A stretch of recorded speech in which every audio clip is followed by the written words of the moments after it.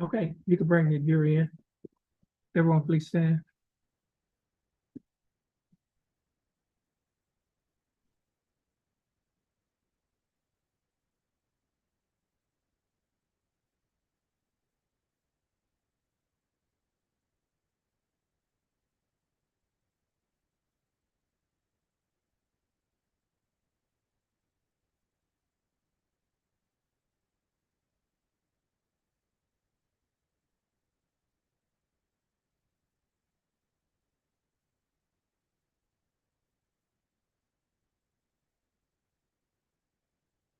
Okay, y'all might be seated.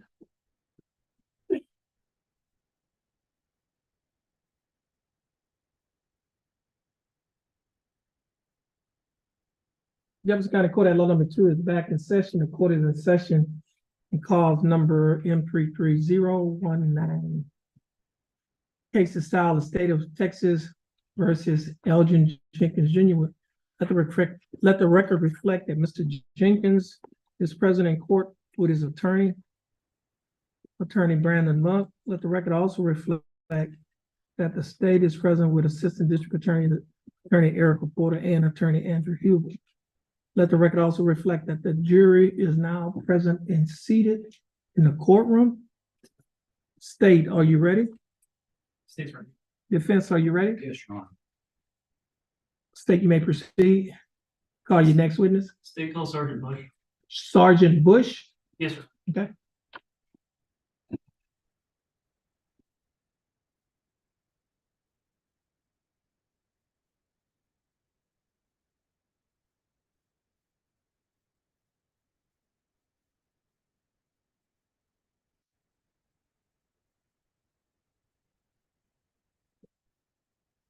Ms. Bush, would you please, Sergeant Bush, would you please come forward and raise your right hand? Sergeant Bush, do you swear or affirm to tell the truth, the whole truth, and nothing but the truth, so help you God? Yes, sir. Sergeant Bush, you may put your hand down. You can take the witness stand.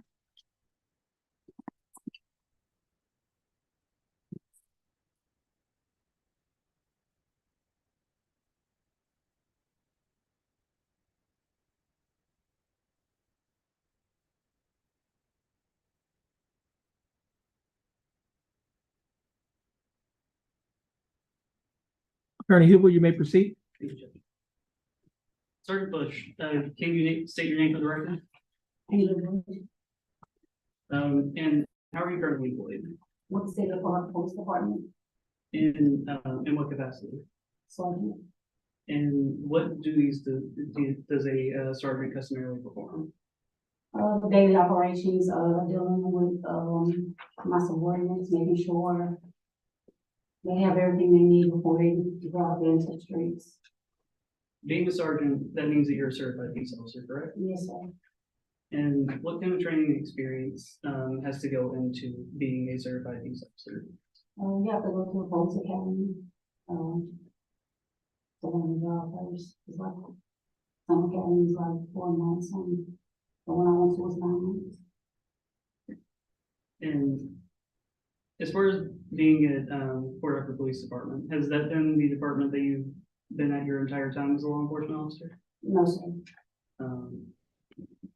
Which departments have you been at? The school district in Beaumont. Okay. How long have you been with PAPD? 6 years. Okay. And you were with PAPD in July of 2022, correct? Yes, sir. In what capacity were you employed with PAPD? Day shift patrol officer. And on July 21st, 2022, while acting in that capacity as a day shift patrol officer, do you remember responding to a disturbance? Yes, sir. Do you recall the general nature of that disturbance? Yes, sir. What was that? There was a call in reference to someone pointing a gun, Okay. Do you recall where that took place? looking like it. And that is in Port Arthur in Jefferson County. Mm-hmm. No.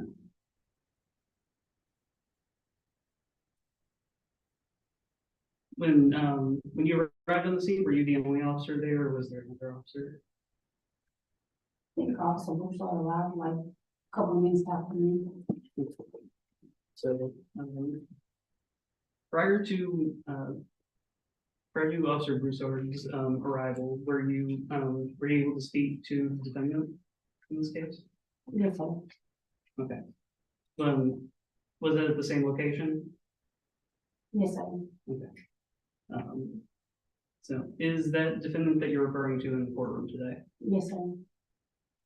Can you point to him and identify him by an article of his clothing? Yes, sir. What do you want? Please do so. Mr. Elgin Jenkins?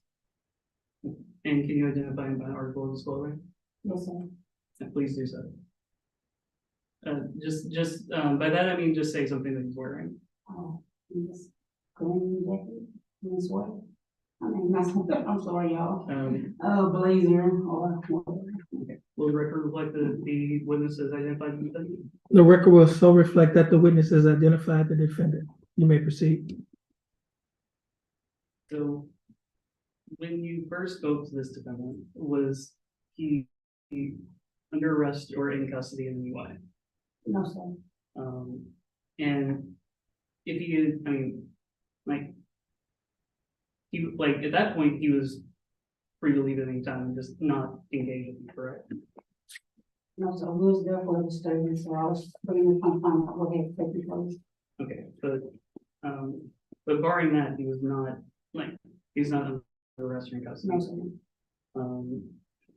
So did you ask the defendant questions concerning your investigation? Yes, sir.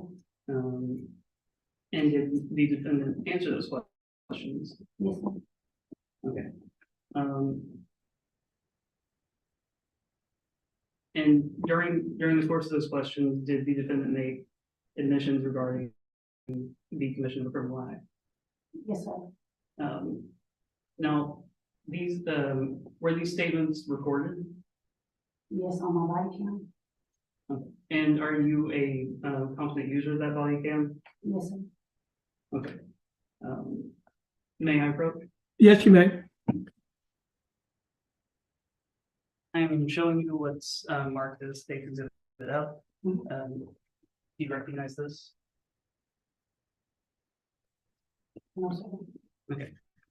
If I told you that this was a copy of the footage from your body worn camera, would you have reason to disbelieve that? No, sir. Okay.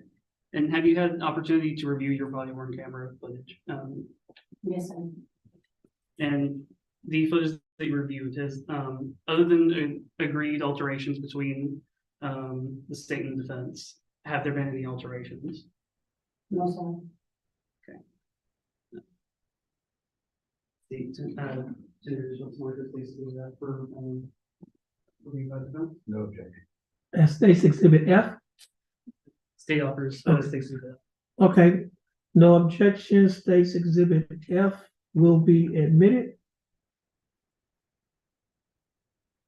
Permission to publish that? Yes, you may.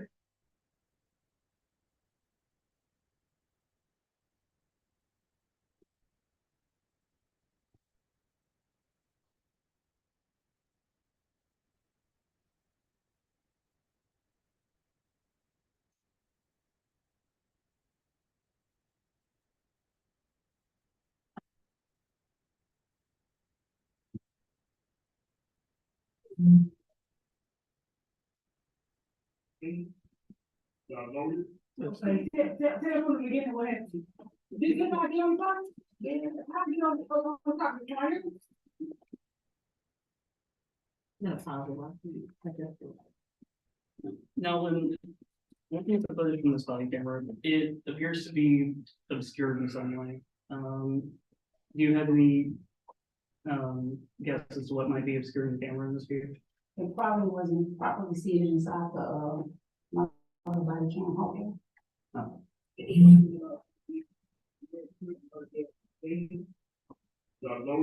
Okay, tell from the beginning what happened. Did somebody get on the property? How you on the property prior? This is my place to get on the property. Okay, I was wondering how, I had, been in a while. The movement over there, so I got found by the 10 years old. Okay, And that's what we're doing. And, I got a team because they keep the storm and everything. And what it did, they put tax, so I have to bring this over this place. Let me get the fuck up the team. I started moving that over here from what I can get. I drove it over there with my truck. And while I was sitting there taking a rest, that's when this time in the morning when he did, he did it. Now, when he was coming through, my dog is gonna automatically stick in me. And that's what I try to do, something to get the message in there. That he got the big container, it's dripping in water, and it's making mosquitoes and flies, and it stinks. It stinks like you wouldn't believe. And that's what I was stopping him from doing, because you don't. Sergeant Bush, when talking to Mr. Jenkins, at that point, did he identify what his main grievance with, Mr. Lane was? I guess we're missing with dog. Was there also mention of like him driving across the land causing mosquitoes and a stink to occur? Yes, sir. And did the defendant at that point say that that was behavior that he had to stop?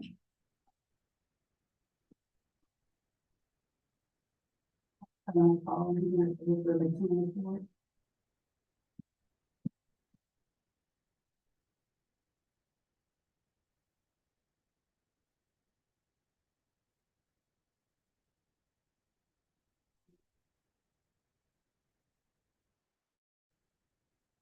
What question? So did the defendant identify the grievance that he had with Mr. Lane as being him driving across the land, causing mosquitoes and stink to occur? Yes, sir. Okay. Do you need video?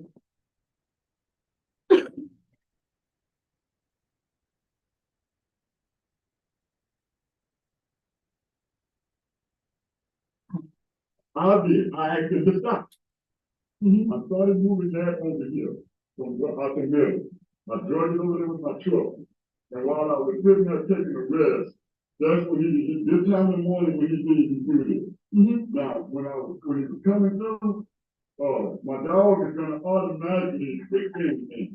And that's what I try to do, something to get the message in there. That when he got that big container, it's dripping in water, and it's making mosquitoes and flies, and it stinks. It stinks like you wouldn't believe. And that's what I was stopping him from doing, because you don't do that. Enough is enough. so who pulled the gun out? I did. I actually just stopped. You pointed it at him? Yes, I did. Yes, I did. If I'm wrong, I'll take any consequence that comes to me, because it's got to stop.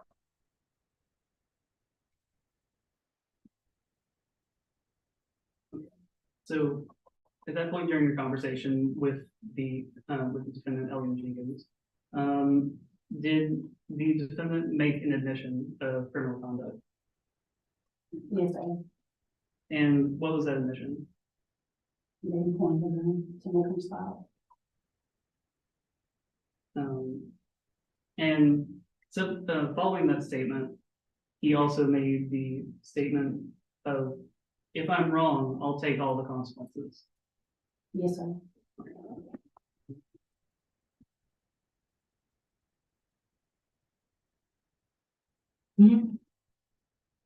What do you say you just get?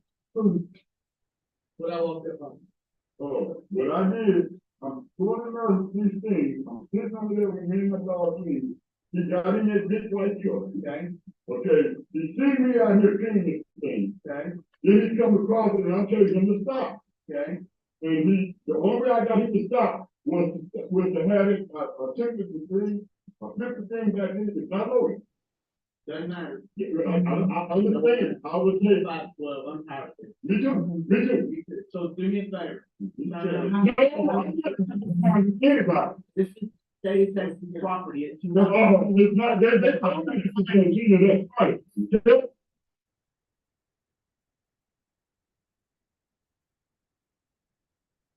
So at that point, did Officer Broussard come over? Yes, sir. And after a brief conversation with both you and the defendant, did Officer Broussard make the decision to arrest the defendant? Yes, sir. Prior to this point, in your interaction with, the defendant, he was not under arrest, Yes, sir. but now he has been placed under arrest. Yes, sir. Okay, so any statements made prior were, he was not under arrest or in custody. No, sir. Okay. Continue. That was all done to just, that's what you been talking to. And I got it out there. And it's not really hard to find, so I'm not finding anybody. Oh, it's not, it's because, I'm just trying, but I'm y'all know, that's not illegal. And I got it out there. And it's not, ain't nothing for me. You take the message, you try to. Yes, I got ready to do it because you said it was going on. That's go like that. Y'all have to know, that's not me, myself. You can get the phone, you know what?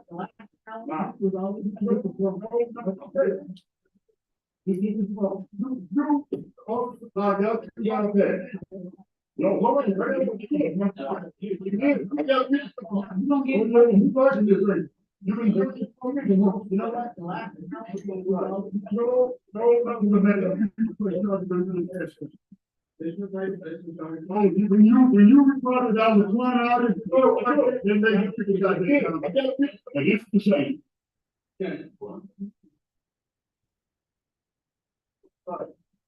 When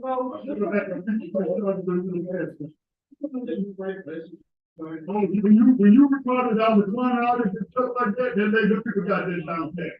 And this is the same. Every day.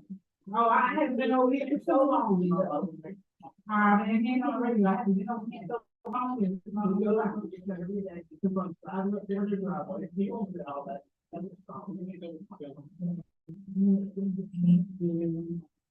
Oh, every day. Oh, I haven't been over here for so long. And you know, already, I haven't been over here so long. It's gonna go like this every day. I look there to drive, but if you open it. Okay. Yeah. Oh, yeah.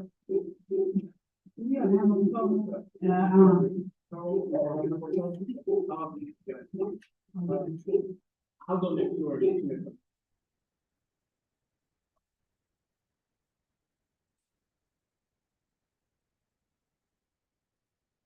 In the video, that we are currently watching, you had said that you had not been here in a while. Meaning that you had been there previously. Are you aware of the, relationship between, defendant Alvin Jenkins and, Ricky Lang? Yes, sir. And, did they, did they fight often? Probably made at least probably over 200 calls for service at their location between the two of them. And the nature of this dispute that they have, it's over, land, right? Yes, sir. Now, where this alleged offense took place, was this state land? I'm not sure. I know Texas had been involved. Okay.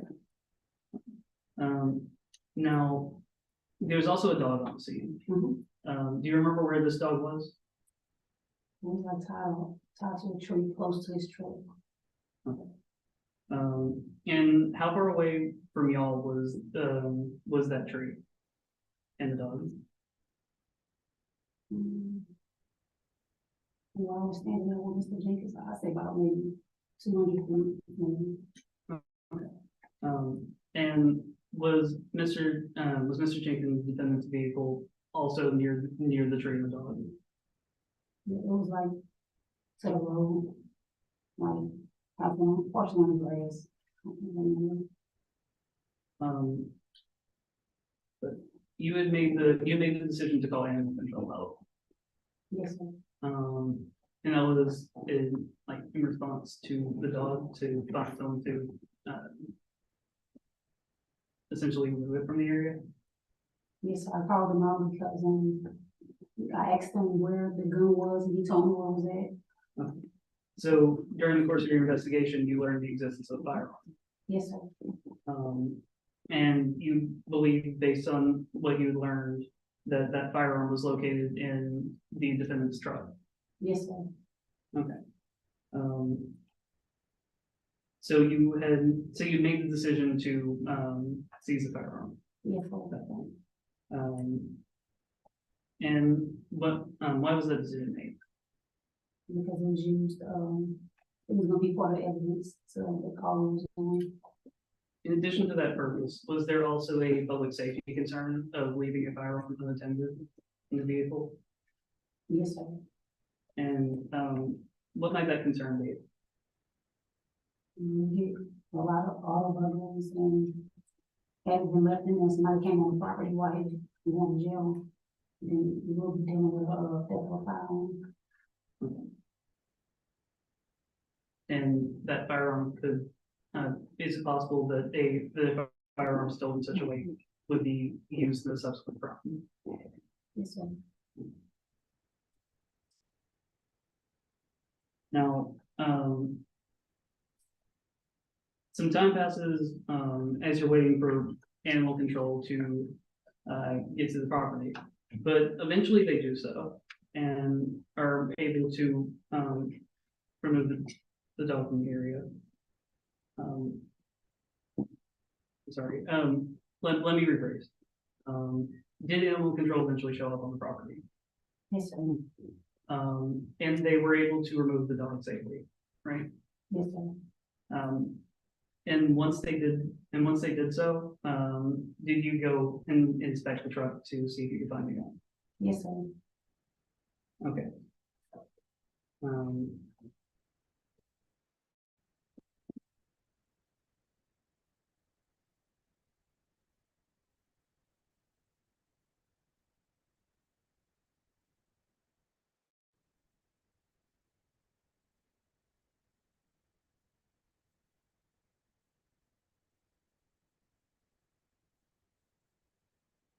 Judge Maverick? Yes, ma'am.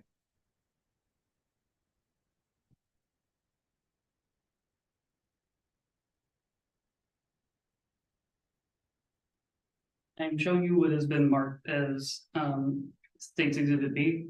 Do you recognize what's marked as State's Exhibit B? B1. And can you identify it? 22 copy. Is this the firearm that you recovered that day from the defendant's vehicle? Yes, sir.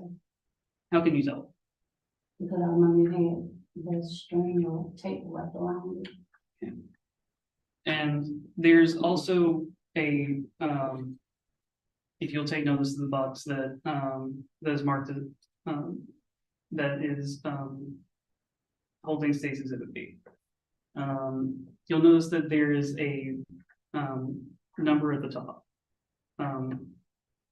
It's do you recognize this number?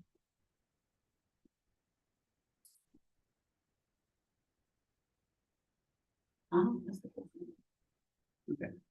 Um, so you recognize that number that's on State's Exhibit B as the case number from this deadly conduct case. one.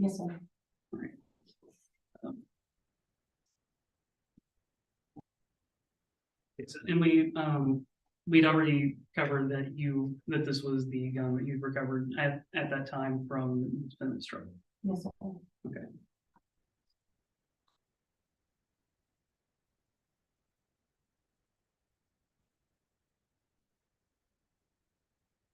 And does the gun appear to be in the same condition from the time which you recovered it? Yes, sir. Does not appear to have been tampered with in any way. Yes, sir. Did you also recover first State's going to defender B1? No objection. That's exhibit B, This is B1, Ron. B1, okay. No objections, states exhibit B1 is admitted. Thank you, Judge. And following the removal of the gun from the vehicle, you noticed that it had, did you notice that it was loaded? Yes, sir. And did Officer Broussard come back to the scene and help you unload the gun? Yes, sir. Okay. And you also logged those rounds into evidence along with the gun, correct? Yes, sir.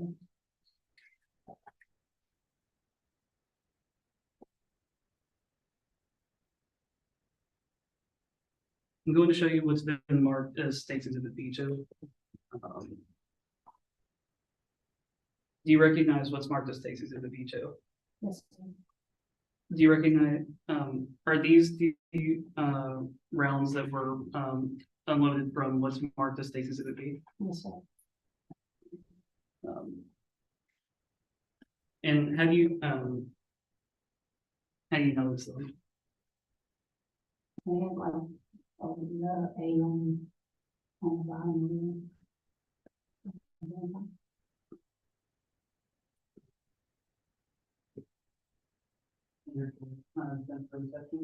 No objection, Your Honor. No objection, State's Exhibit B2 is admitted.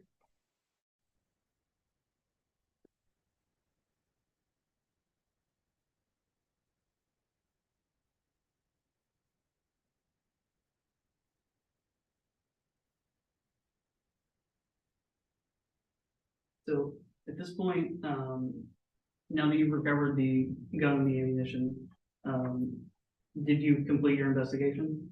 Yes, sir. And you brought the both the gun and the ammunition back to evidence? Yes, sir.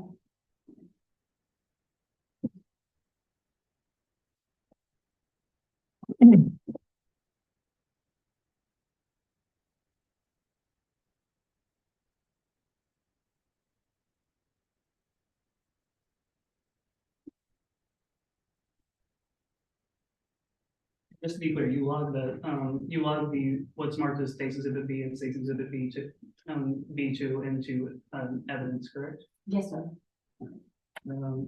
State has the order. Mr. Monk?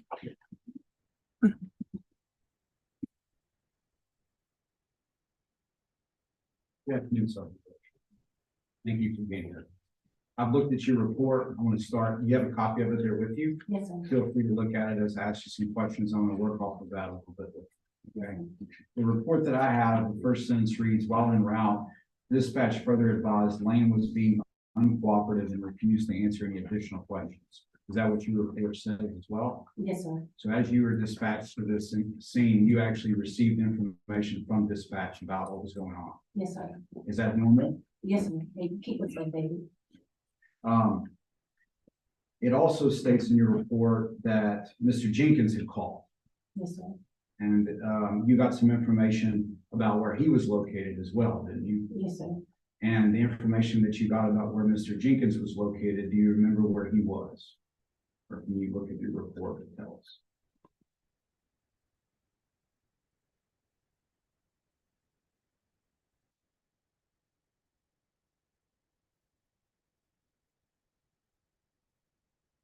He was on his property at 410, 165.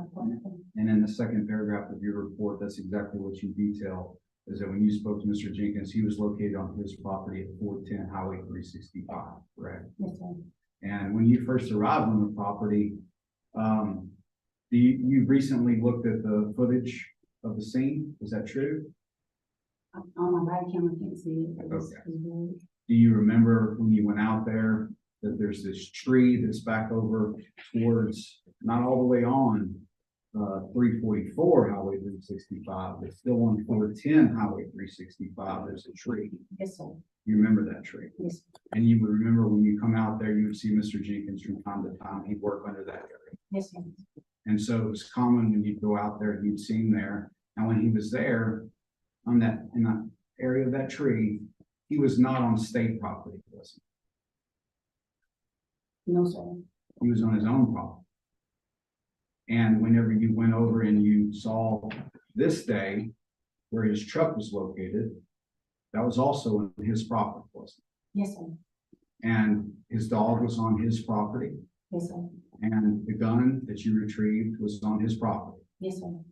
So everything that you saw in terms of what was going on had happened back in that corner where that tree had occurred, as far as you could tell. Is that true? Yes, sir. Including where Mr. Lane had gone. Yes, sir. So when you took Mr. Jenkins' side of this case and you heard from him, you did not immediately place him into arrest as a result of that information, correct? No, sir. You instead, you did listen to him. He explained what was going on to provoke or cause this to occur, didn't he? Yes, sir. And did that seem to be at the time credible information that he was providing? Yes, sir.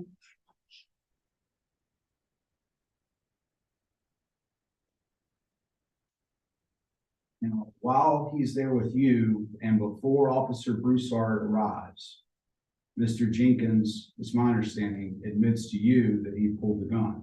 Yes, sir. Still didn't arrest him at that point, right? No, sir. And that's because as a good officer, you know that you should investigate both sides of this, isn't that Yes, sir. true? And so you can't just jump to a conclusion based on a statement that's made without looking into the details. Is that fair? Yes, sir. And you never made the decision yourself to arrest Mr. Jenkins. Yes, sir. Is that true? Yes, sir. Now, the dog was there the whole time, wasn't it? Yes, sir. And the dog was under that tree. Do you remember if it was attached by a chain? What was a chain or maybe a rope? I can't recall, but I know it was tied to the tree. And it was in a position where it couldn't move and run free, right? No, it would go like close to his truck. That's why I had to wait for animal control. Sure. And animal control came. Do you know if they actually removed the dog or if a family member came and took the dog in? Some family members had showed up. So animal control didn't even have to do anything with the dog. Instead, the family came and helped with the dog. I think animal control, like, they got it from around the tree and released it to the family. And so the family took the dog into custody, and as a result, the dog didn't have to be put down or anything like that, right? Yes, sir. The other thing that Mr. Jenkins says to you, according to your report, is that the gun was not loaded. You remember that? Yes, sir.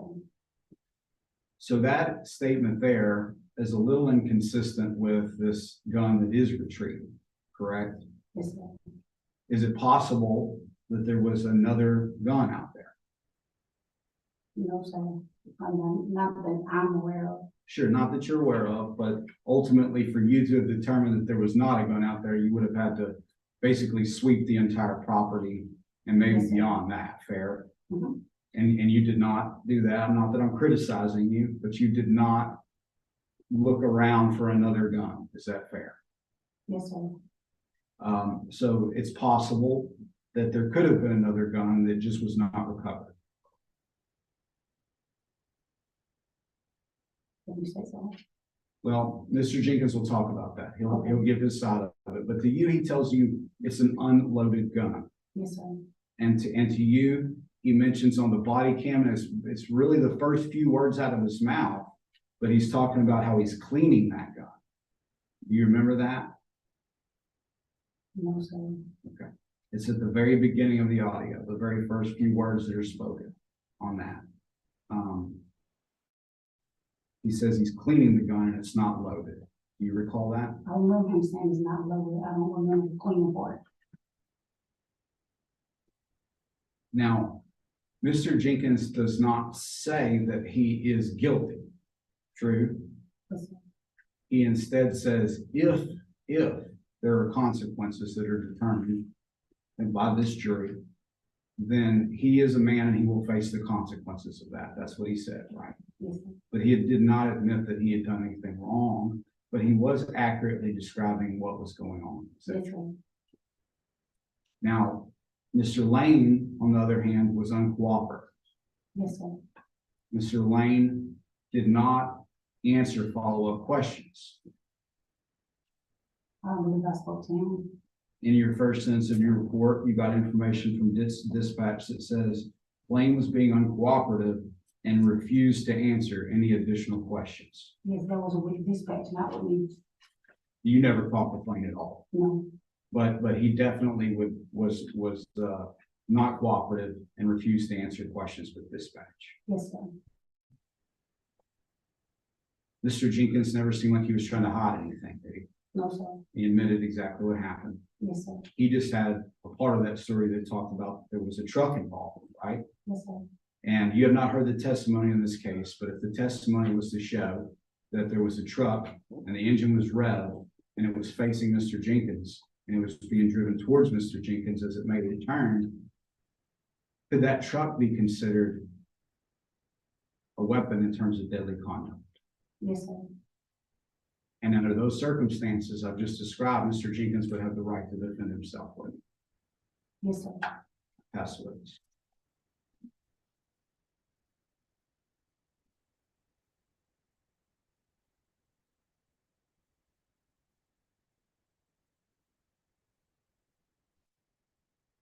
When speaking with the defendant, did the defendant ever indicate where the conduct took place? Referring to my report.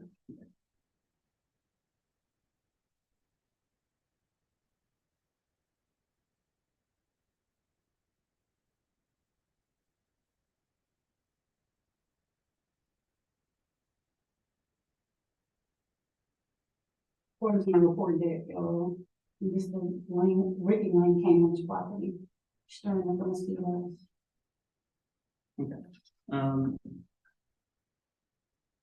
If there had been testimony in this case where the complaining witness testified that this conduct took place on state land, would you have reason to disagree with that? One more time. I was asking you if there was testimony in this case where the complaining witness testified and said that this conduct took place on state land rather than on the defendant's property. Would you have reason to disagree with that? No, sir. Now, Officer Broussard did speak with the complaining witness, correct? Yes, sir. So, taking Mr. Monk's question into consideration, Mr. Monk asked you, like, would a good officer investigate both sides? Yes, sir. So Officer Broussard did so, correct? Let me rephrase my questioning. Officer Broussard did speak with the complaining witness, did Officer Broussard speak with the complaining witness? I believe I was speaking with Mr. Jenkins, and I believe Officer Broussard was speaking with Mr. Lane. Yes. And then after he finished speaking with Mr. Lane, did Officer Broussard come over and speak with the defendant, Mr. Jenkins, and you? Yes, sir. Okay. So Officer Broussard did get both sides of the story in this case. Would you agree or disagree with that statement? When Officer Broussard walked up, when he walked up, he heard Mr. Jenkins tell me that he pointed with him, he asked him what he just said. That's what I recall. So based on what he had heard from both the complaining witness and defendant, Officer Broussard made the decision to arrest the defendant. Yes, sir. Is there anything that you learned during your investigation that would make you disagree with that decision?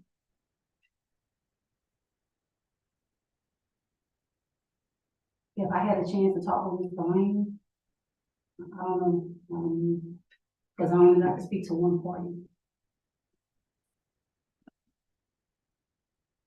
But Officer Broussard did have the opportunity to speak to both parties, Yes, sir. and he did make the decision to arrest them. Yes, sir. So, did you voice any dissent in regards to the arrest? No, sir. So based on what the defendant told you, the defendant, pointed the gun where, Mr. Lane drove, correct? Yes, sir. Um, Now, does the offense of deadly conduct require a loaded gun? No, sir. Does it instead, require engaging in conduct that places the victim in imminent, fear of serious bodily harm, Yes, sir. or bodily injury rather? Okay. Can that be accomplished with an unloaded gun? Yes, sir. See if that's.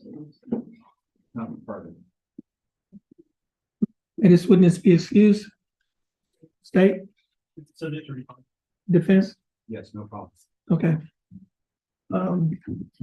Sergeant Bush, just have to remind you that the rule has been invoked and you are ordered to leave the courtroom and not enter unless instructed by bailiff or I.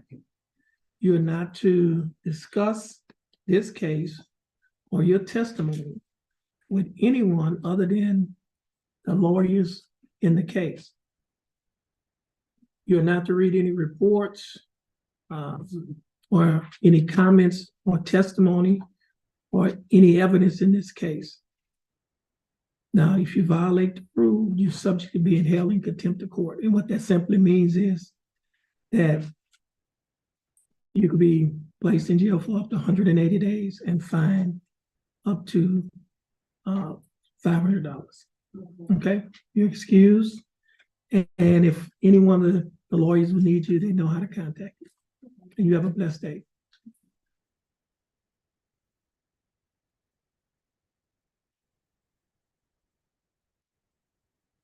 State, you can call your next witness, They call Officer Thomason. Thomas.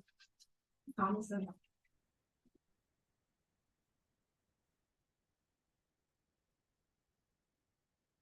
Officer.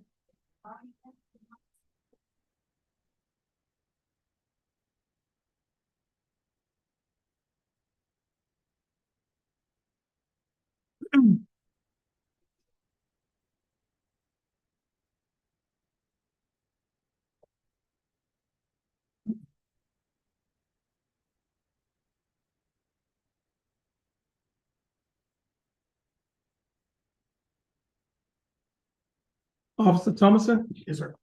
please step forward, raise your right hand.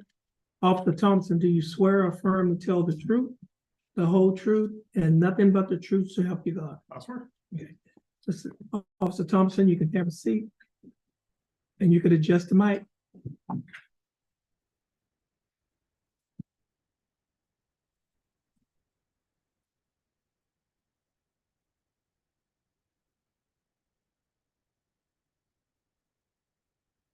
You may proceed. Could you state your name, please? Eric Harrison, Thomason, THOMASON. Are you a certified peace officer? Yes, ma'am. And have you been a peace officer? How long? What for? Approximately 14 years. And is Port Arthur the only agency that you work for as a peace officer? Yes, ma'am. Tell me a little bit about your education. Graduated high school, I was a dispatcher for a little bit, and attended the Jefferson County Police Officer Academy. And how long was your training at the academy? About 10 months. It was a little bit longer than usual because it was a part-time guy. So on July the 22nd, 2022, did you investigate an incident involving Elgin Jenkins? I was a sound cage, yes. Had you physically seen Mr. Jenkins in regards to this incident? No. Okay, so what was your role in regards to this investigation? Honestly, it was what we call an in-custody case. It was assigned to me, and when I read the reports, essentially, best I could tell, there was nothing else that needed to be done with it. The officers had talked to everybody that was there, and there was no other evidence for me to gather. So put the case together, as we call it. Meaning we assign all the paper, we get all the paperwork together, we gather it up, and we send it to the DA's office. So you didn't physically go out to the property in question where this incident happened, right? No, So you just reviewed the reports of the officers? essentially. All right, and on the 21st, were you working a shift on the day that this incident occurred or no? I wouldn't be honest. I wouldn't be able to tell you, yeah. Pass the, No questions, Your Honor. No questions? May this witness be excused? You may. Okay, Officer Thomason, I just need to inform you that the rule has been invoked. Yes, sir. And you're not, once you leave this courtroom, you cannot re-enter unless you're instructed to do so by the bailiff or myself. Yes. You are not to talk to anyone about this case other than the attorneys. Now, you also are not to read any reports or any comments or any testimony regarding this case. And if you do so, you will be in violation of the rule. And by being in violation of the rule, you're subject to being held in contempt of court, which means that you can be placed in jail for up to 180 days and given a fine up to $500. Okay, so you're excused and you have a blessed day. Thank you very much. You're welcome. State, you can call your next witness. State calls Officer Dawes. Officer Dawes. Yes, Dawes, yes.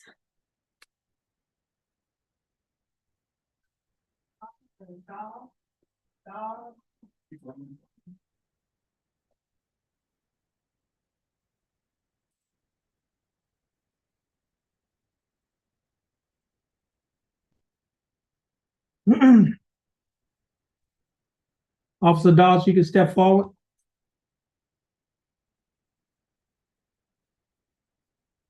Officer Dawes, would you please raise your right hand?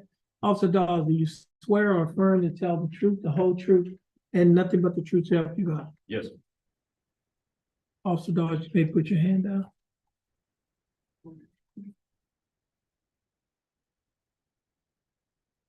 Okay, you may have a seat in the jury or in the witness stand.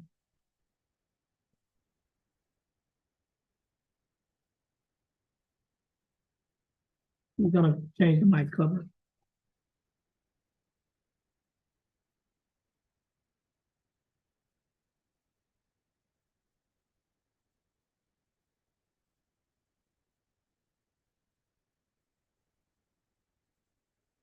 You may proceed. State your name for the record, please. Randy Dawes. And Mr. Dawes, are you a certified peace officer? Yes, ma'am. And what agency do you work for? Port Arthur Police Department. And have you only worked for Port Arthur Police Department? Yes, ma'am. How long have you been certified? About 15 years. Tell me about your education. Went to the police academy in 2009, and then became a police officer since there. I've done continuous training and education involving law enforcement. Also been assigned to numerous units like Violent Crime Task Force and Crime Response Team within the department, and also the SWAT team. Okay. So on July the 21st, 2022, were you on duty as an officer? I was an officer, but I don't know if I was on duty at that time. How did you acquire a conversational text from anyone in this courtroom, particularly Brandon Monk? Yes, ma'am. And what did that text entail for you to do? To call. Okay, and did you make a call to, and that's defense counsel, Mr. Monk? Yes, ma'am. Okay, and were you asked to come to Mr. Monk's office? Later, yes. Why were you asked to come to? He asked me about a firearm that his client had gave him, and he asked me if I thought it was evidence, and I believed that it was. Then I asked my supervisor if I could go up there and retrieve it, and they said I could. How do you know defense attorney Brandon Monk? From criminal and civil cases. Are you related to anybody that works at the Monk Law Firm? Yes, ma'am, I am. How are you related to, yeah, he works at the Monk Law Firm, is that correct, Mr. Monk? Attorney Monk? Yes. Okay, how are you related to anybody that works at the Monk Law Firm? I think she is, forgot how she, maybe a step aunt or something like that. Okay, and how did Mr.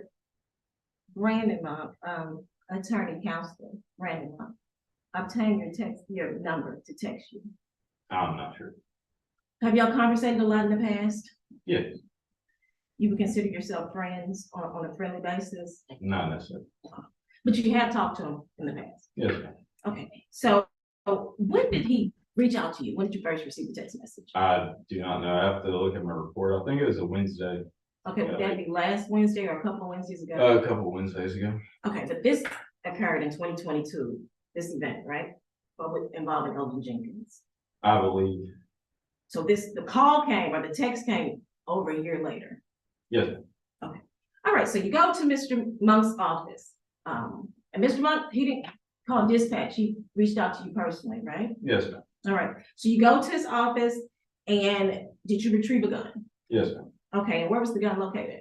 In an office in the back and on one of the shelves, like a five-tier shelf or something.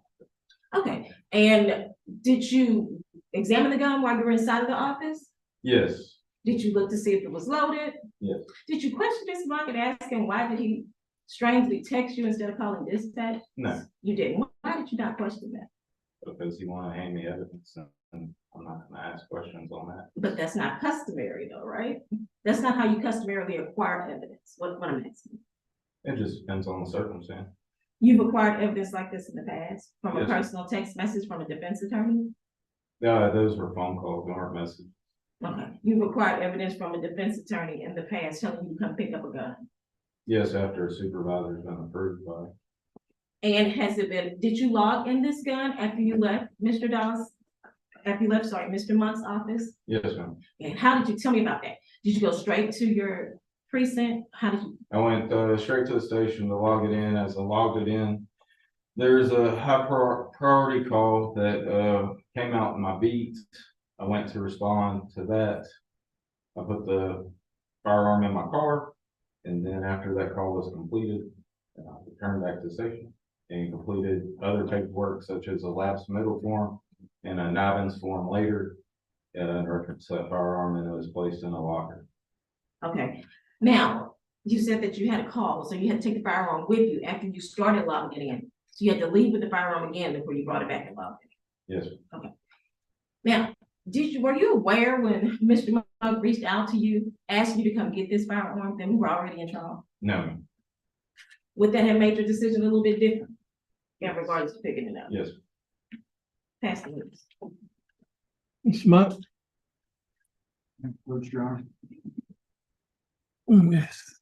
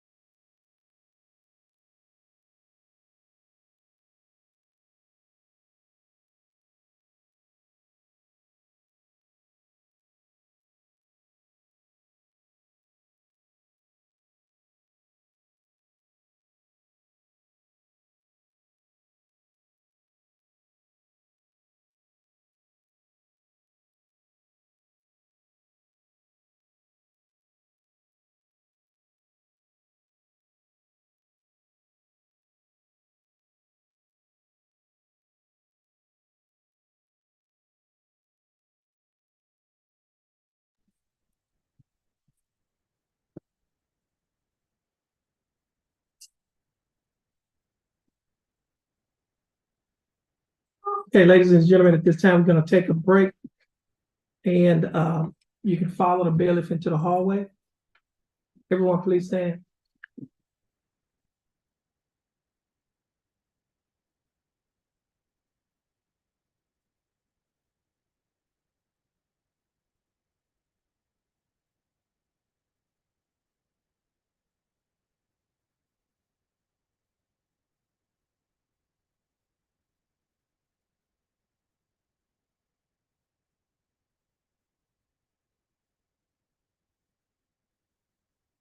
Court will be in recess.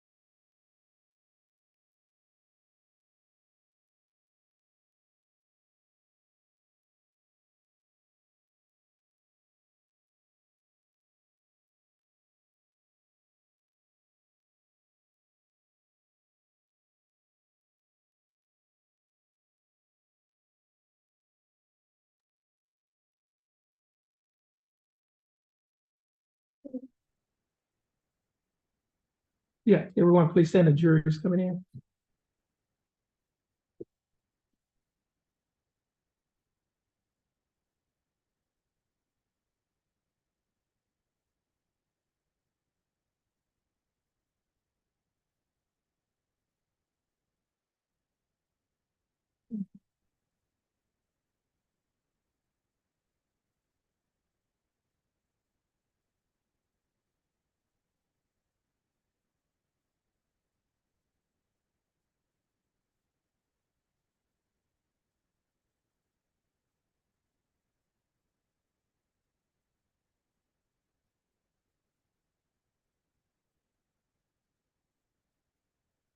Let one step into the restroom.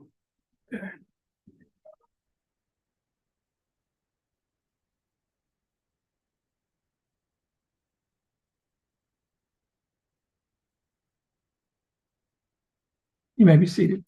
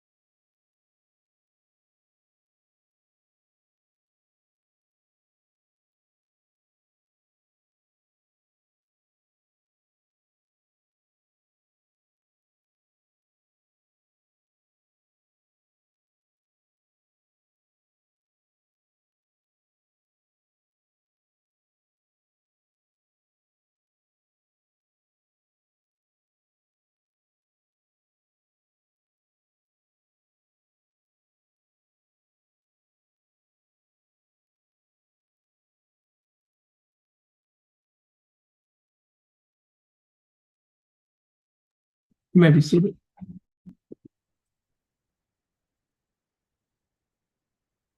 Mr. Monk, the witness is yours. Thank you. And just for the record, let the record reflect that the court is back in session and calls number M33019, State of Texas versus Elgin Jenkins. Elgin Jenkins is present, court was attorney. Attorney Monk, state is present. The Assistant District Attorney, Attorney Erica Porter, and Attorney Andrew Hoover. The state is also, and the jury is also present and seated in the courtroom. Mr. Monk, you may proceed. Thank you. Officer Dawes, I think that I heard your testimony was that you called the supervisor before you came to my office to retrieve this gun, correct? Yeah, And you received approval from which supervisor was that? Sergeant Train. And I've now got a copy of your report. It looks like that the time that you wrote your report, that the report was also approved by your supervisor. Could be. And it looks like that report was also approved by Sergeant Tring and Unit Report 1550. Does that sound correct to you? Yes. So you went through the proper chain of command with what you did in picking up this evidence, correct? Yeah. And there's nothing wrong in your profession with taking evidence from the prosecution side or the defense side if it's relevant to the case. Fair. Correct. Absolutely. State, No further questions. okay. Officer Dawes, the rule has been invoked, and that just simply means that you're not to talk to anyone about this case unless you talk to the attorneys, and you cannot read any reports, any comments, or any testimony that has been given in this courtroom. Now, if you violate this rule, you can be held in contempt of court. If you held in contempt of court, you could be placed in jail for up to 6 months and given a fine up to $500. Now, you're not allowed to re-enter this courtroom unless I give you the instruction to enter order bailiff. At this time, you're excused. You may step down from the witness stand, and you have a blessed day. Thank you.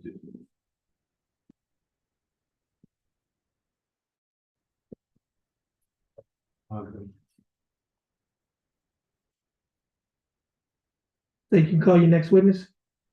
Steakhouse Brandon Montana. Okay, at this time, we need to have a hearing outside the presence of the courtroom. Jury, would you please stand?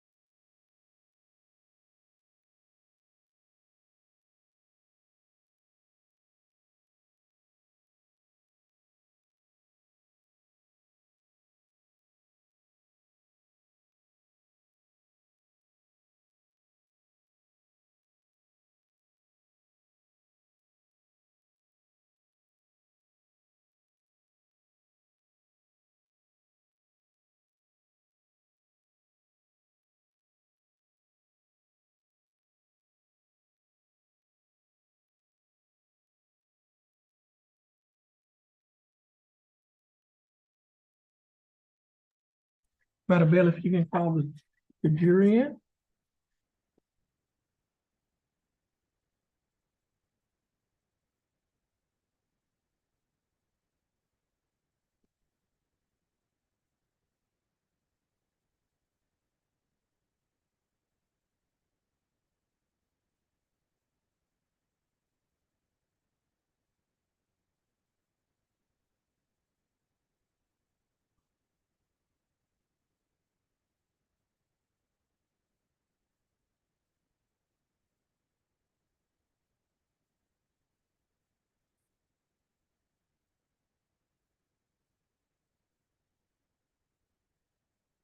You may be seated. Let the record reflect that the court is back in session and calls number M333019, case to style state of Texas versus Elgin Jenkins Jr. Let the record also reflect that Mr. Jenkins is present in court with his attorney, Attorney Brandon Monk. The state is present with Assistant District Attorneys, Attorney Erica Porter, and Attorney Andrew Hewell. The jury is now present and seated in the courtroom. And before we get started, we're going to instruct the jury to disregard the last statement that was made. Ms. Porter, you may proceed. State Russian. Okay, state rest. Mr. Monk? Oh, Anthony Leger. Anthony Leger.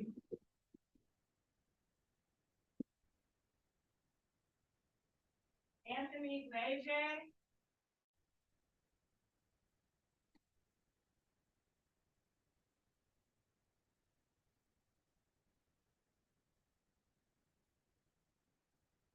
Mr. Leger, would you please come forward?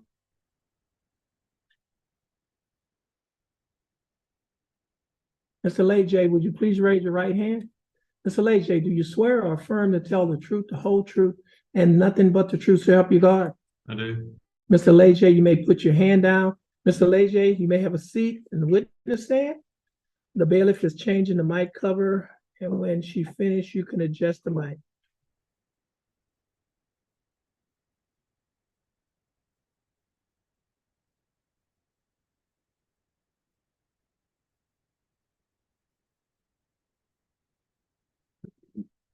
Mr. Leger, well, you can adjust the mic if you need to. Okay. Okay? Yeah. Mr. Monk, you may proceed. Thank you. Your Honor. Good afternoon, Mr. Leger. How are you today? Good. I see that you brought some drawings with you. It's a drawing. It's a drawing. Could you identify that for me? It's a reflection of the boundary, some properties that we've done there on 365 from Mr. Lane and Jenkins, Okay, and it has an aerial background. okay, very good. What number exhibit am I? Two? So I'll mark that as the fence exhibit 2. These are your drawings that represent Elgin Jenkins land. That's correct. All off of those exhibits. I haven't, you haven't sent it to me. May I tender, Your Honor, for the witness?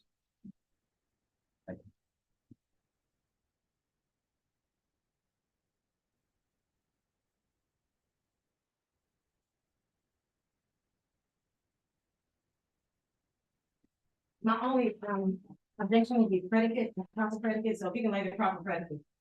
Okay. Now proceed, Your Honor. Yes. Okay, Mr. Leger, I'm going to show you, this is marked as defense exhibit 2. It has not yet been admitted. Could you identify what is shown in defense exhibit 2?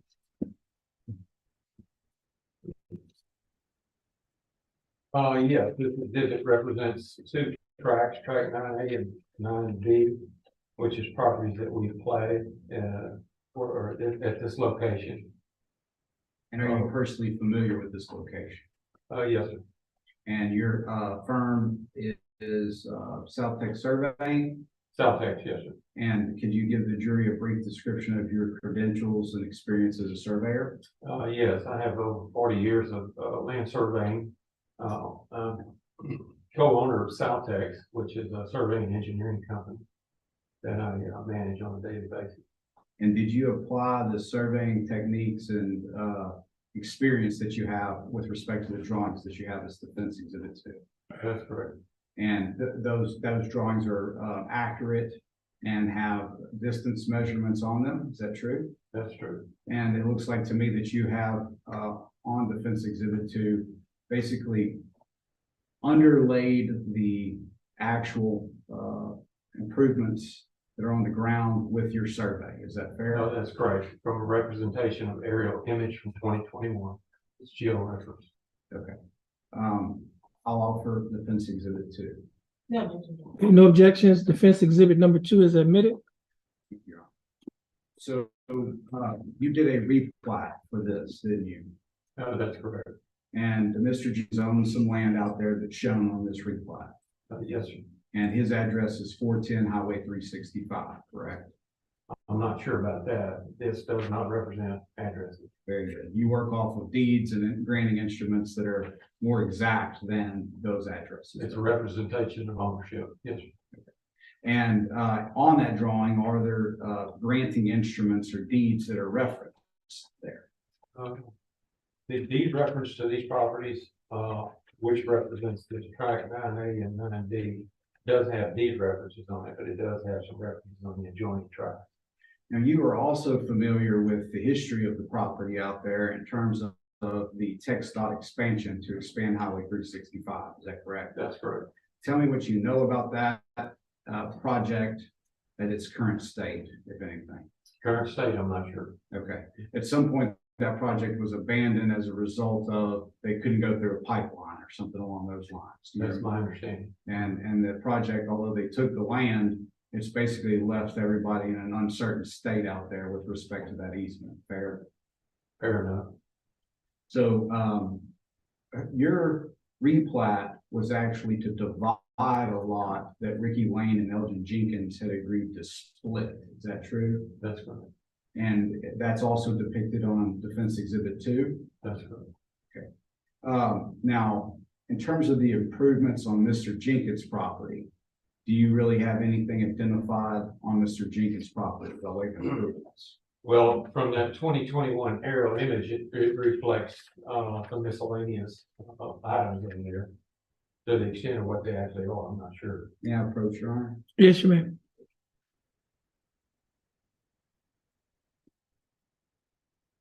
So let's do this. Let's kind of show it to the jury if we put a little bit. And if you would, come around over here. Is that okay, Your Honor? Yes. Thank you. I want you to be able to see it and be able to point in terms of where is Highway 365? 365 is up here. This area in here was part of the taking for the widening of that, think about right away. These two tracks here are represented on this drawing in terms of identifying it as two individual tracks on a replat. This is Broward Street here. North is the. So this is a 2021 image over here for Ricky Lane's property. It looks like to me that it does not yet show that he put up that fence. Well, this would be identified as Ricky Lane under that, recorded deed instrument there. Is there a fence up here indicated yet? It appears there may be a fence in this section of it, but not over here. Okay.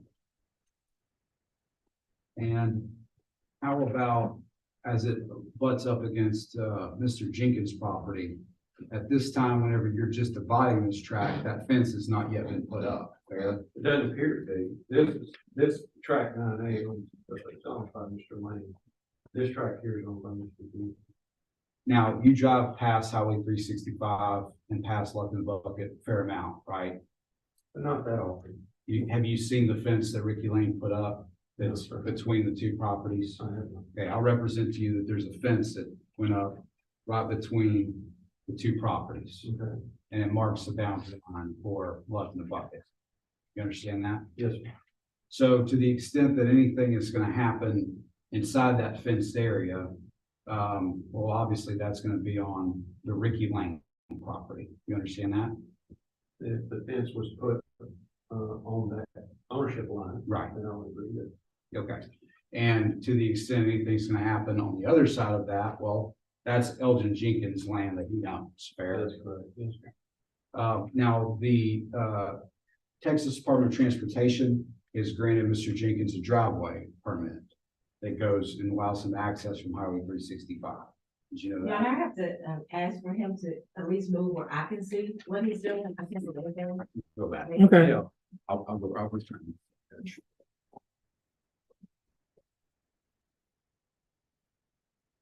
Are you aware of how Mr. Jenkins accesses his property off of Highway 365? The only, entrance that I know that he's using is the one on Raleigh. I'm not sure if it's permitted to come off Texas right away. Okay. I have not seen that, application. It's been approved.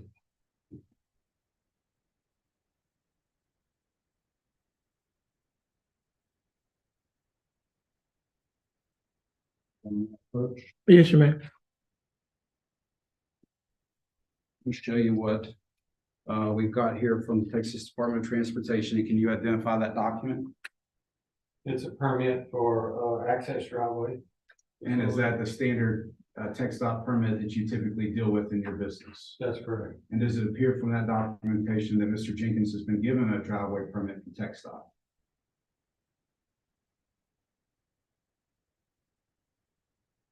It appears that, yes. And if you read the first page, I didn't help you out. I gave it to you with the folded page, but read that first page. Do you know Mr. Weimers with TxDOT? He used to be with TxDOT. Kenneth? Kenneth? Yes, sir. Yes. And so Kenneth was at one point the person at TxDOT that would issue these driveway permits, correct? That's correct. And does he send an email where he issues this permit, Mr. Jenkins?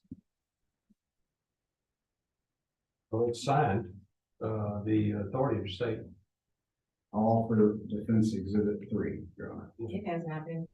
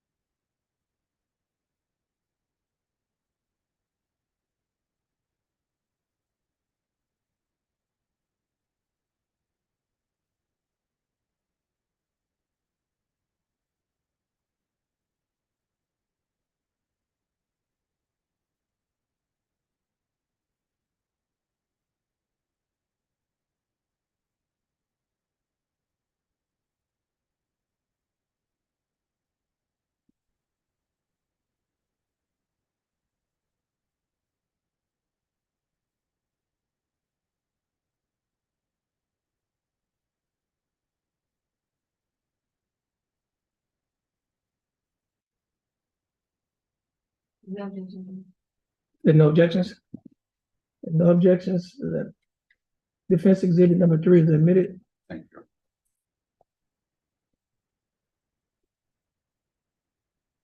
The driveway permit gives Mr. Jenkins access to his property from the highway there, correct? It appears that way, yes. And to the extent that there is a driveway permit, he's allowed to cross the state land to access his property. Correct.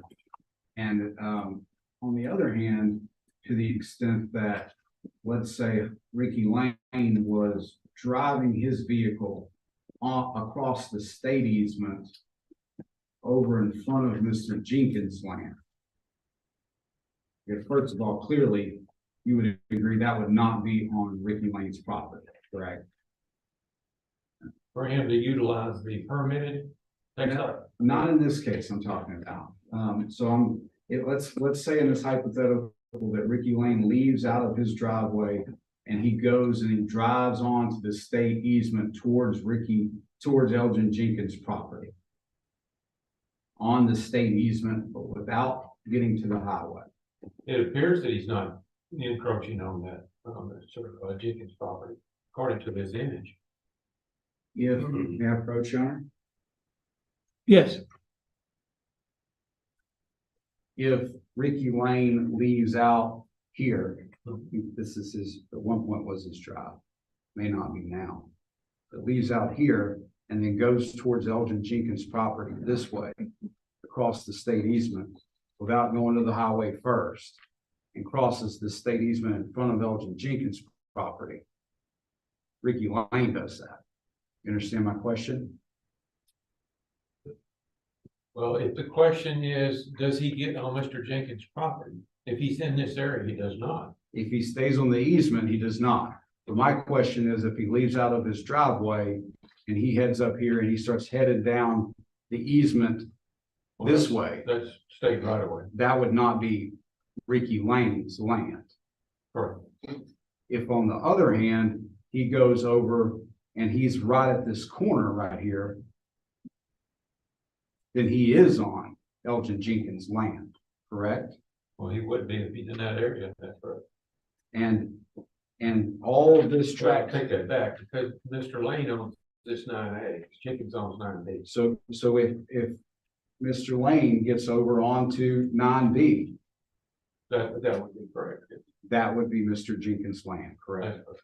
And this area in front is state easement, but this marks the property boundary line to the Jenkins property, true? Correct.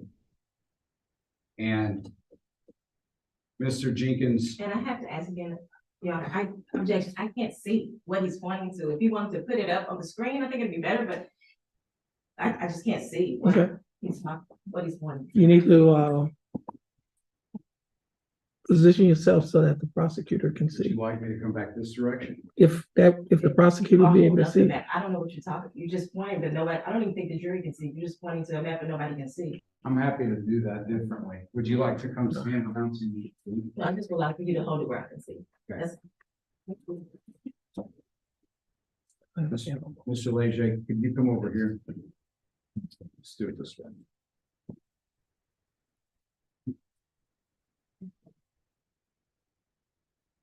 Are you able to see? Yeah, the elbow would probably be better, but if you can, I mean, if that's fine. You're able to see? Mhm. I can see that. Okay, work with you here, Mr. Leger. So the property improvements on Mr. Jenkins' property begin at tract 9B, correct? That's correct. And there is a boundary line here that marks the state easement property and Elgin Jenkins property, correct? If Ricky Lane drives his vehicle to where Mr. Jenkins' improvements are located on tract 9B, he's actually on Mr. Jenkins' land at that time, fair? That would be correct. He is not on the state easement if that's where he goes, correct? This state easement area is also restricted for Mr. Ricky Lane traveling in his vehicle in front of Mr. Jenkins' land, correct? And he's restricted to driving this That area? Ricky Lane is restricted from driving on the state easement this direction towards Mr. Jenkins' land. Well, if he's on state right away, then he's on the state right away and drive wherever he wants to, unless he has a kind of junction, you think that keep from going that way. Well, this is not actually the highway here, Right, it's not, but it's on Texas. and so who controls that is TxDOT. That's not correct. And to the extent that he is on the state land, he is on state land and not Ricky Lane land. That's correct. He crosses the boundary here to where Mr. Jenkins works on his property, and then he's on Elgin Jenkins' land. If he gets on anywhere on 9B, that's correct. Yeah. Elgin Jenkins has the right to use a driveway to access. Ricky Lane has the right to use the driveway to access, but they're not supposed to be driving back and forth across this easement. And Ricky Lane is not supposed to be doing that. True. Well, I'm not sure about that. So this state easement here, that would be up to the state to say that. That's correct. Pass the links.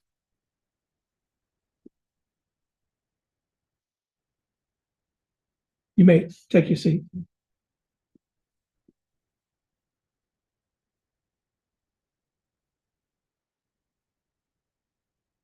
Mr. Anthony Layton? State. Layton, thank you for answering truthfully on all the questions on direct. I'm going to ask you this.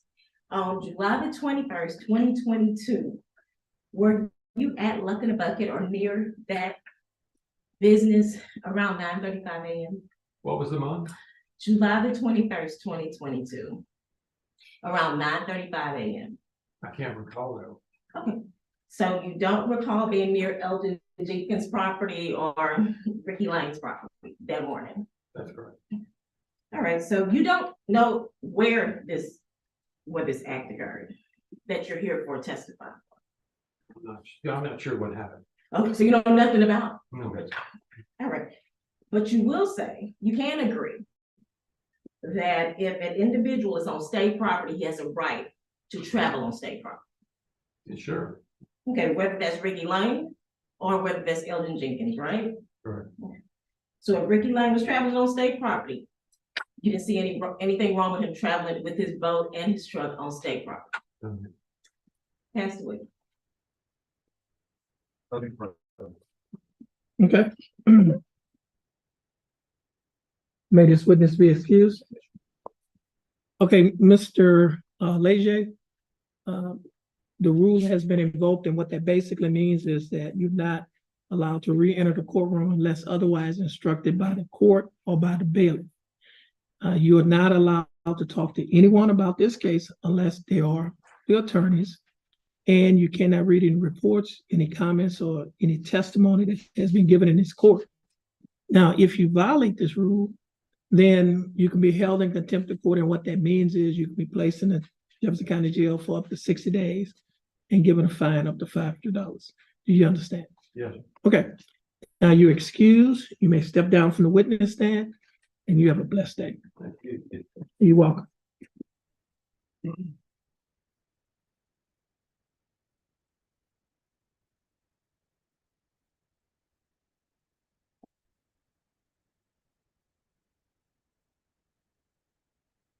Mr. Buck, you may call your next witness.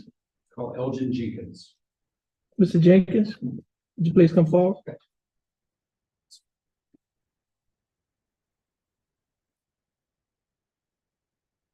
Mr. Jenkins, would you please raise your right hand? Mr. Jenkins, do you swear or affirm to tell the truth, the whole truth, and nothing but the truth to help you God? Mr. Jenkins, you may put your hand down. You can take the witness stand, and the bailiff will be changing the mic cover. Once you finish changing the mic cover, you can adjust the mic.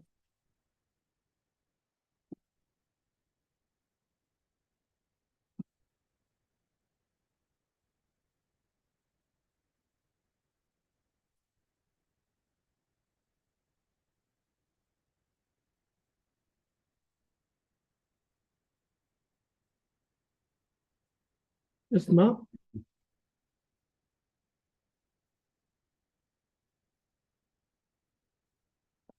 Okay, Mr. Jenkins, you've been through the trial, you've heard a lot of the testimony, but now it's your time to be able to talk about what happened that day. But before we do that, I do want the jury to get to know you just a little bit so they can understand how you even got to own this land, how you ever acquired it. So could you tell? Hold on, I can't hardly hear you. That's all right. I need you to tell me that. So I'm going to try to speak up. Okay. Okay. If you cannot hear me, please don't answer my question. Please just tell me that you're having a hard time hearing me. I will try to keep my voice up. It's my understanding that you have a bit of a hearing impairment. Is that correct? Yes, sir. And does that hearing impairment come from your service in the military? Yes, sir. And what kind of service in the military did you have? I was a Marine and demolition. And as a result of that, you're at this stage in your life and career, you're a little bit hearing impaired. Yes, sir, and other disabilities also. Okay, so how did you get this land? It was inherited by my father. And did your father decide that he wanted to give it to you? No, sir, he gave it to me. He gave it to you. Yes, sir. He assigned it to me because he wanted, it's 10 of us, and he wanted us to do something with the property. And what did you want to do with the property? I wanted to make a youth camp to combine youths with older people, and you combine the two together, and it was working out pretty good. You have these, you're taking wood that's scrap or supposed to be trash, and you're teaching these young people how to do things with it, art, selling it for firewood. And, you have the elderly people coming and teaching them how to do the compost and how to make every stick valuable. And at some point, you registered a business with Jefferson County at 410 Highway 365. Is that correct? Yes, sir, it's called number that.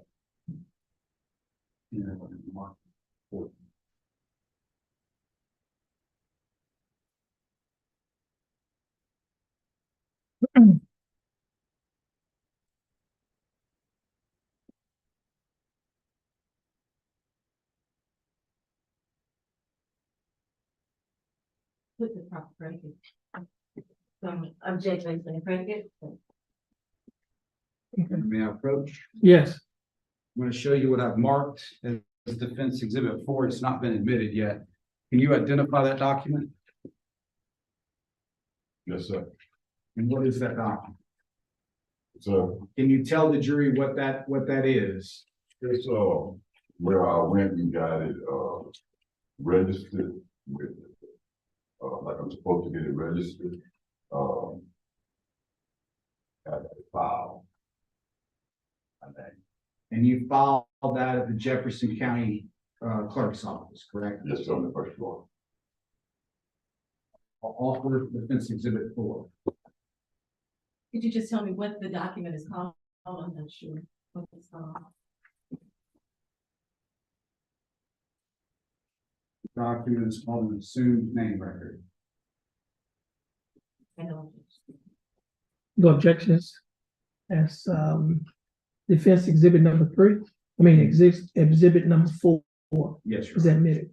Thank you. And you were working to try to get this camp established at that property. Yes, sir. And you tried to do that for some years while you owned it. Yes, sir. And you still own it today, but you've decided that you may not be able to stay there anymore. No, sir. Tell the jury about that. Because of the harassment, mostly because of the harassment, it made my health come down. And once I turned the age of 66, my father died, my mom died. It just took it out of me. It just took the fight out of me. And I had to let it go. Mostly because of the harassment. Couldn't handle it. Did you hire a realtor to help you sell the property? Yes, I did. And you were marketing it, you were putting signs up, and you were trying to get it sold? Yes, sir. And have you been disturbed in your attempts to do that? Yes, sir. Signs have been taken down. Every time we do something to sell a property, it's being made to be devalued. And who is doing that? I don't have pictures of who. I had cameras set up, they take the cameras down. But I'm under the impression that it's my neighbor next door. What gives you the impression that it's your neighbor next door? Because of the use that he have with him, he's paying people in the community. And because of his tire tracks, the way that he runs over the place when I'm not there. And the way that he antagonized and destroyed my animals that I had there. And so you have seen physical signs that he actually enters onto your property, Yes, sir. and you have tried to stop him from doing that. Yes, sir. I tried stopping by calling the police department. And I understand they got a little frustrated with all the calls because when they would come out, it was nothing they could really do. And that was mostly because by that time, Ricky Lane's already left. So, By that time, Ricky Lane's already left out of there. yes, sir. He'd be left from on my side and he's standing there and he would heckle the police department. He would harass them, tease them, or anyone that came to help and that out of volunteers. Any volunteer that volunteered their services or wood or anything, he would harass them. And so over time, did you develop an opinion about why he was doing that? Yes, sir. And what is your thinking on that? His thing was to devalue my property and take over my wood business, which he eventually did. And so he began to sell wood out of luck in the bucket Yes, sir. Luck in the Bucket is listed at 344 Highway 365. But when you do on the computer there, MapQuest, about Lumberland is sent to 344 with a 5-star rating to 344 Highway 365, which is Luck in the Bucket. And when customers go there looking for me, they find out that's not me, and then it's a disturbance with Mr. Lane and the customer. Okay. So you have your own separate driveway now to avoid those kinds of disturbances. Yes, sir. And your people that enter for your business enter on your driveway and you enter on your driveway, correct? Yes, sir. And Ricky Lane is supposed to do the same thing on his. Yes, sir. Okay. So July 21st, 2022. Yes, Okay. sir. Going to that day with you. Tell me what you're doing. I was cleaning up the front. I was beginning to weed eat. I was cranking my weed eater up and on my property where I was cleaning. My dog jumped in front of me and it alerted me, and that's what caught my attention, because when I looked up, Mr. Lane was coming at me in his truck. So you looked up, Mr. Lane's truck was coming in your direction. Yes, sir. And you're saying your dog alerted you to that he was coming near you. Yes, sir. The dog jumped. He's usually under my truck. That's why I have him there for protection. And for my other disabilities to alert me on high blood pressure when I'm having a seizure. It's a service dog. And when it came from under there, it had to bypass me, and that's what alerted me to where Mr. Lane was coming at.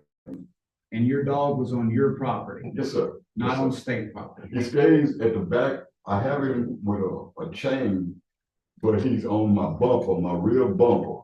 And he can only go so far, but he's mostly there to protect me on my property. He's not gonna let anyone that's gonna hurt me get near me while I'm on my property.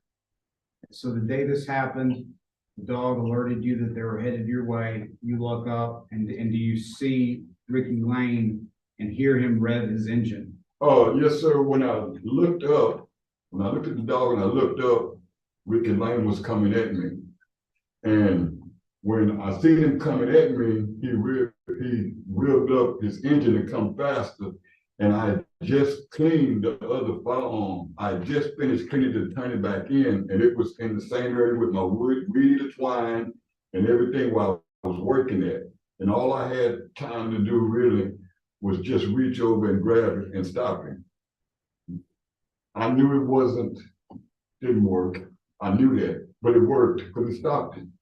So you're talking about the gun that you pulled, right? Yes, sir. What you're telling the jury is that you knew that gun did not work. Yes, sir. And you're saying that it did not have any rounds in it. No, sir. The firearm was purchased from Academy with understanding that I bought the display firearm, so it didn't have a firing pin. And they asked me to clean it and bring it back, which I was doing that. I was bringing it back to them so they can fix it. And that's why it was where I was at the time. You had been cleaning that gun on your property. Yes, sir. And you knew, because you just disassembled it, it was not going to work. Yes, sir. And all the chaos at the scene, do you ever really tell the officers where the gun is or what kind of gun it is? I was in the attempt of explaining what took place before Officer Broussard came around, and he said, I don't care what he's telling you, tell him to put your hand behind your back. And I was like, why? You know, he said, I'm gonna tell you again, tell him to put your hand behind your back. So I know immediately I put my hand behind my back and I got arrested. But I never got a chance to explain anything. You know, like when he came to a halt, he actually stopped and slid. And that's what made him come to a halt. He called 911 from there. And while he was calling 911, they asked him, where are you? And he said, I'm on state property. And then what he did, he backed up, made a U-turn, turned in, and then he went back on his side and made another call, 911. But I called in between that. So at the time that he calls 911 the first time, Ricky Lane is on your He property. was on my property then. And we've seen he hangs up on He 911. hangs up because they were asking him, where was he? When I called, they asked me, where was I? I said, I'm in the same location where the incident happened. She said, and I told them that I had the firearm. I had to use my phone to stop. And they said, well, where's the firearm now? I told them I have it. They told me to put it up. And he said, I said, and he tried to run over my dog also. He said, well, where is the dog? I said, she said, make sure the dog is restrained. The dog was always restrained on the back of my truck. And this was on my property. And that's how you know it was on your property, is because Yes, all sir. of these things were physically parked, located. Yes, sir. All the activities you were doing on that property were on your land. Yes, sir. As a matter of fact, I actually parked up to make sure that I was, because I didn't want no more disturbance. I've had enough of them. And I was making sure that I was further up enough to where I could clean. I had to weed eat it. At the time that Ricky Lane, you see Ricky Lane's truck, are you afraid? Sir. When you see Ricky Lane's truck, are you afraid? Yes, sir. Actually,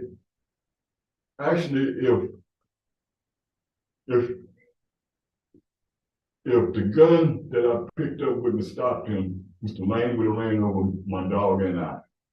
And I wouldn't be sitting here now testifying about what happened. I couldn't tell you what would have happened because he was determined. I really felt like he was going to run over me.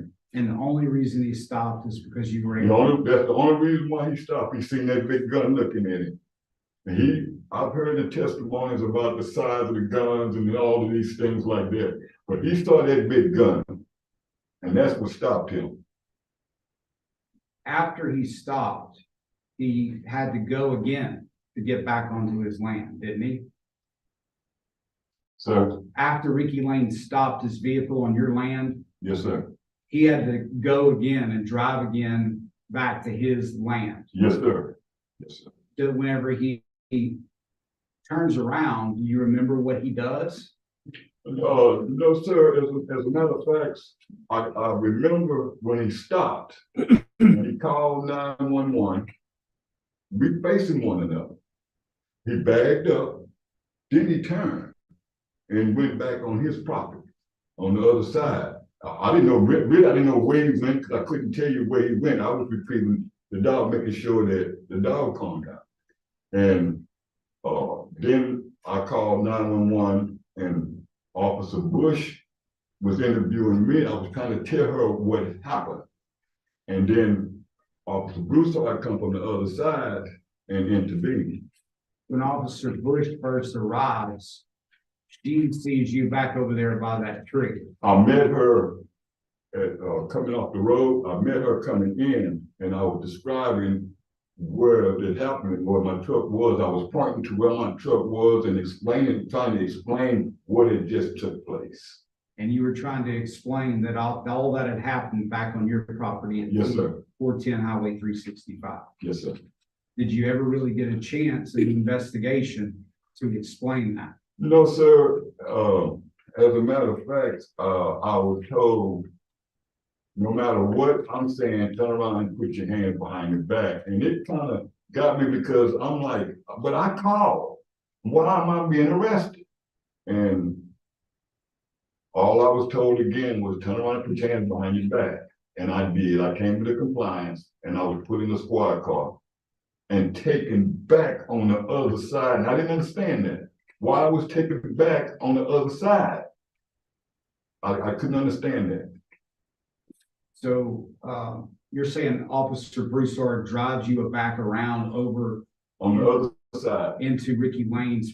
To the 344, or what they call it, 344. He brought me back over there and had me in the squad car with the windows up. And they know I have one of my disabilities, I have bad seizures. if you get me antagonized, and Mr. Lane knows if you can get me mad, I can go into a seizure. Or if I'm getting hot, I can go into a seizure. If I'm sitting in this courtroom and it get too cold, I freeze, I can go into a seizure. And they know that. Mr. Lane know it, the officers know it also. So what you're basically telling the jury is that if you'd had an opportunity to describe to the officers that this happened on your property, that you would have been able to show that it was actually Mr. Lane who had threatened you with this vehicle, driven his truck at you, and he had committed the offense of deadly conduct. I wouldn't have been arrested if I'd have given the opportunity to show what happened. I would have never got arrested. And your defense, you're letting the jury know that the only reason that you pulled the gun was to defend yourself. Yes, sir. I really did feel like Mr. Lane was gonna run over me. My dog and I have to say it right, because the dog saved my life. And by it giving me enough time to get in front of me, by it getting in front of me gave it enough time to react. I have to say this too, and I don't know if I'm supposed to. I'm trained to react in situations. I didn't even get a chance to run. It wasn't even enough time to really jump out the way, to be honest. Was Ricky Lane ever in any danger? No, sir. Why not? Because he found it funny. He was laughing at me. He thought it was funny until he called 911 and drove off. He thought the whole thing was funny. He never. I felt like he was trying to run over me. I really did. I really feel like my life was in danger. And it really was. I don't feel like it was. That's what it is.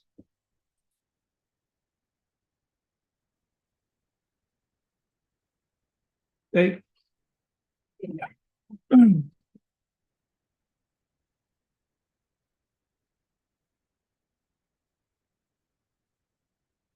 Hold on, just setting up the video. I'll go back through. Mr. Jenkins. Know what you've been charged with? No, I can't hardly hear you. Are you aware of what you've been charged with? I've been charged with deadly conduct. Okay, what is deadly? Ma'am, Do you know what deadly conduct is?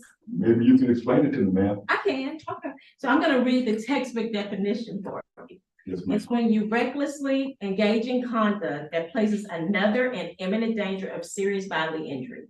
And recklessness and danger are presumed if the actor knowingly pointed a firearm in the direction of another. So now do you understand what you've been charged with?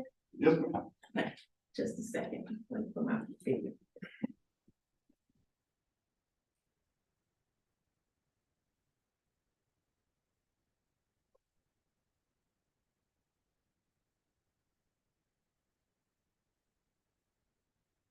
I'm gonna play a couple minutes of Bush, Officer Bush speaking to you right before you progress. Please speak. Give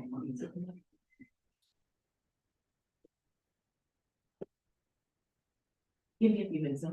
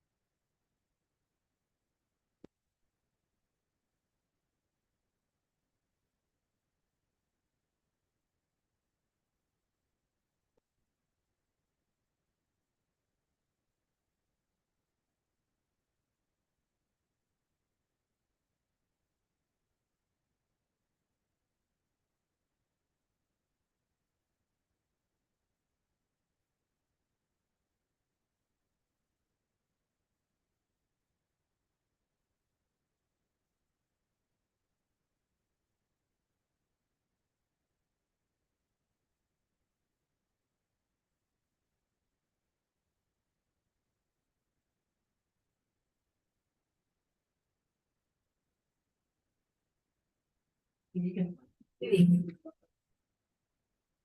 Yeah, opinion. Y'all notice? Okay, tell from the beginning what happened. This how I get on the property? Yeah. How I get on the property prior? This is how my place is getting on the property. Okay, I was wondering how I had been up in a while. Well, see, the movement over there, so I got signed by the TTCQ to clean this up. Okay. And that's what we're doing. And, I got to do because they keep destroying everything. And what it did, they put tax, so I have to clean this, go through this place, let me read the process of cleaning. I started moving that over here from what I can build. I drug it over there with my truck. And while I was sitting there taking a rest, that's when this time in the morning when he did do this. Now, when he was coming through, my dog is gonna automatically defend me. And that's what I tried to do, stop him to take a look at that. That when he got that big container, it's dripping that water, and it's making mosquitoes and flies, and it stinks. It stinks like you wouldn't believe. And that's what I was stopping him from doing, because you don't do that, enough. Okay. So you just heard yourself in a conversation with Officer Bush. Okay, you just heard a conversation you had with Officer Bush on 7/21/2022. You heard a part of it. Did you hear that conversation? I heard part of it, like you said. Okay, and you were telling your side of the story during that conversation, right? I didn't get a chance to tell my side of the story, what was happening, because we didn't have time. Officer Bush was interviewing me, and we didn't get into detail to show her where the incident happened, how it happened, and why it happened. Okay. I was explaining what took place prior to that, like what you were saying. Okay, and you stated, you just heard what I heard, right? That you were trying to prevent Ricky Lane from putting water on the land to make mosquitoes. I was trying to prevent Ricky Lane from running over me. Okay, I didn't hear that. Let's play it again. Go ahead. Play it.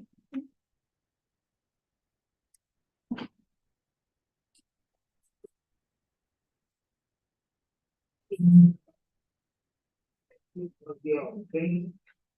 Y'all notice? Okay, tell from the beginning what happened. This how I get on the property? Yeah. How I get on the property prior?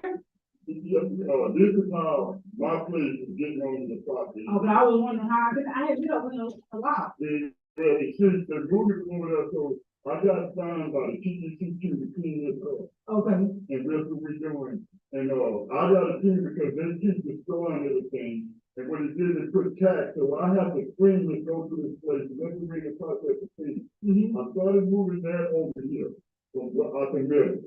I drug it over there with my truck. And while I was sitting there taking a rest, that's when this time in the morning when he did do this. Now, when he was coming through, my dog is gonna automatically defend me.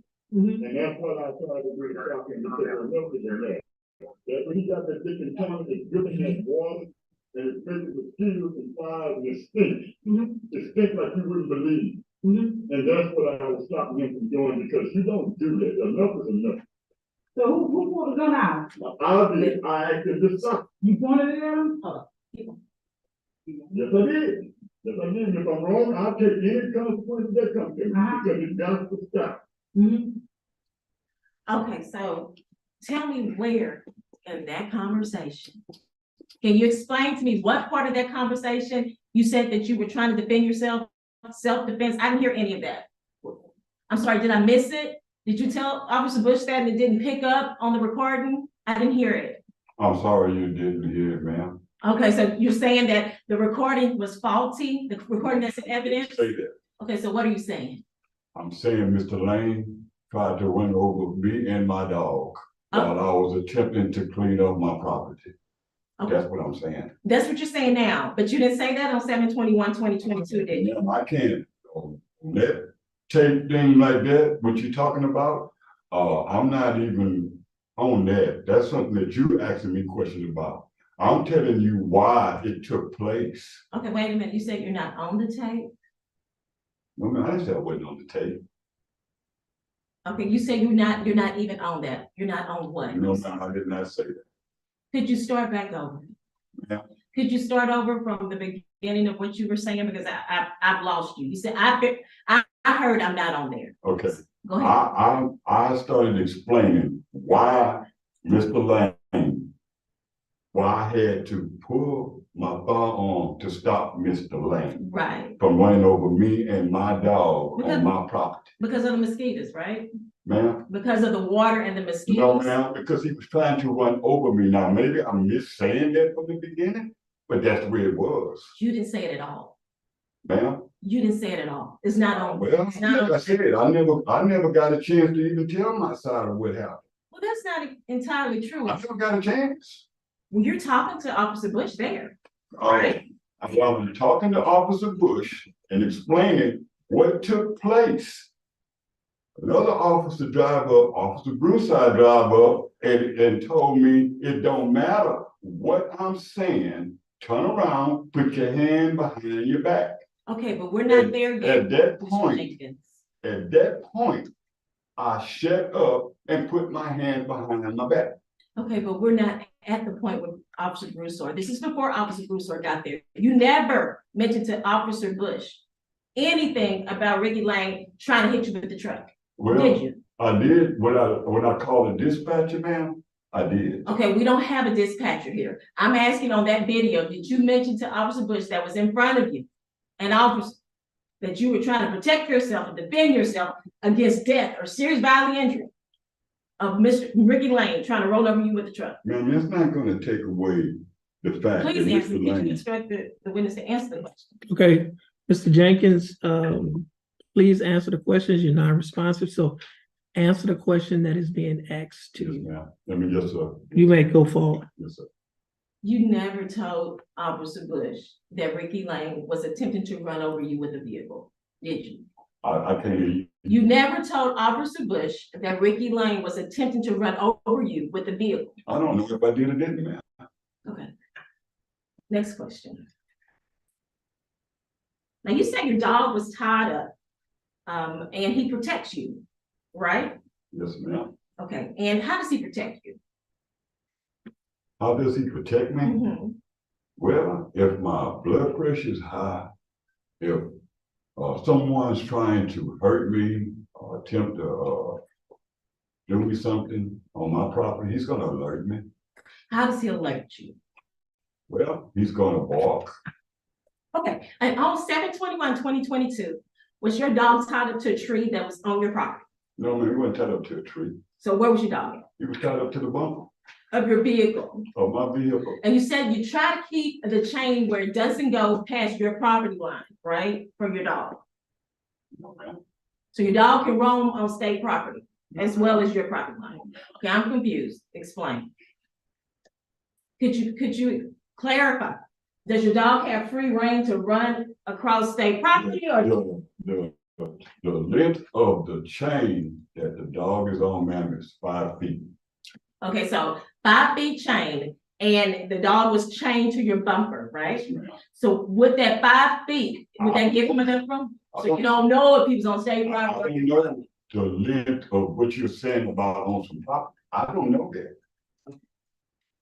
Now, if Ricky Lane was trying to run over you or your dog, you said your dog.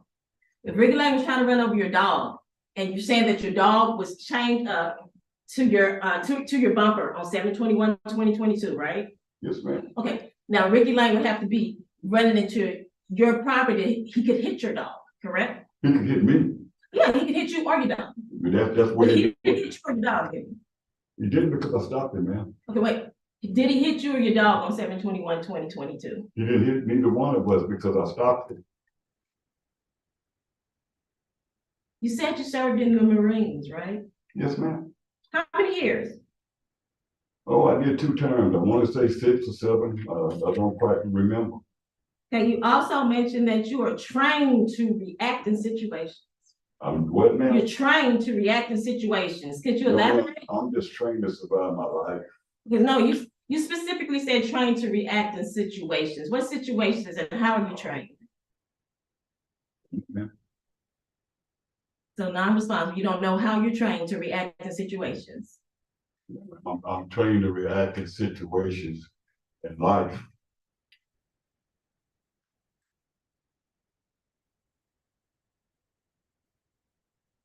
Did you see some events in your military service where you were on active duty during your military service? Yes, ma'am.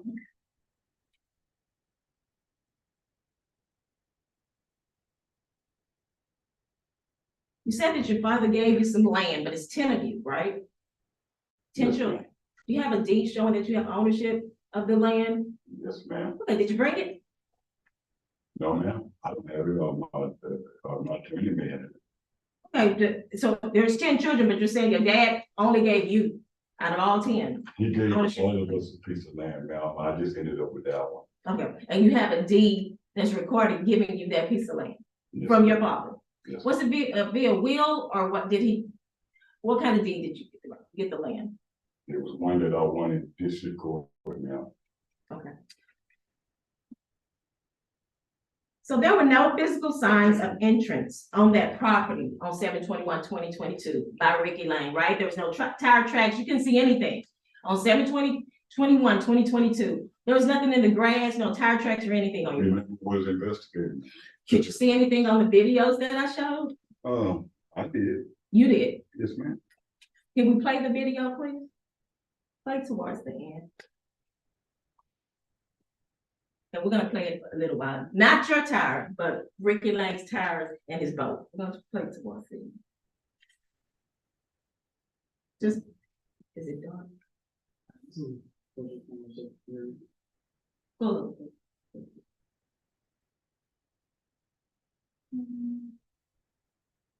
Maybe towards the left. Yeah. Go preview. Okay. Okay. Tell me, is that your land that we're looking at? Yes, ma'am. Okay, so could you go a little bit more? Let me see. Stop right there. Is that the dog? Okay, is that your truck way back there underneath the tree? Yes, ma'am. And you drive on that property to your property to park your truck underneath your tree? Yes, ma'am. And tell me, where is it besides what it looks like maybe the trail that you travel on with your truck? Where do you see water, or do you see wetness from any boat putting water on your grass or anything on that day? Do you see that on there? No, ma'am. Now, Ricky Lane owns a Luck in a Bucket, is that right? Yes, it is. Is that a bait shop? Yes, it is. And you own a wood shop, right? I own a wood camp. A wood camp, right? Yes, ma'am. Two different products. You sell wood primarily, right? Primarily. No, ma'am. What else you sell? Wood, anything that's donated to me. What is your primary sale? I don't have a primary. I'm a wood camp. Wood camp. Wood camp means wood. So you sell any type of wood, right? Yes, ma'am. Okay. And Ricky Lane's primary sale would be bait, correct? Hey, ma'am, I don't know what Ricky Lane doing beside. Said that Ricky Lane would harass the police department. You Ma'am, said that Ricky Lane would harass the police department. You said that on direct. ma'am, You said that Ricky Lane would harass the police department? yes, he did. Yeah, that's what you said. So you said that Ricky Lane would harass the police department. I guess he did because they had to come out numerous times, so, All right, but no charges have been filed against Ricky Lane, have they? hey, I don't know, ma'am.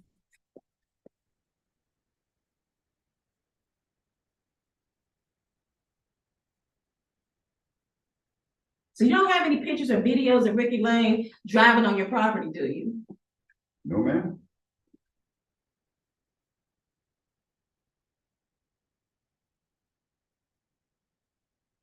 Now, the only way that you said, the only way that you can get Ricky Lane to stop was by pointing a gun at him, right?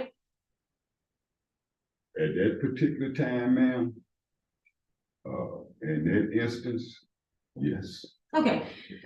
So nothing told you maybe if I get off the state property and stay on my property, I can avoid getting hit? I wasn't on state property, ma'am. Okay, so where were you at when you're saying this I incident was on happened? my property, ma'am. Okay, and you're saying that the only way that you could have prevented from being hit or killed was by pulling out a gun?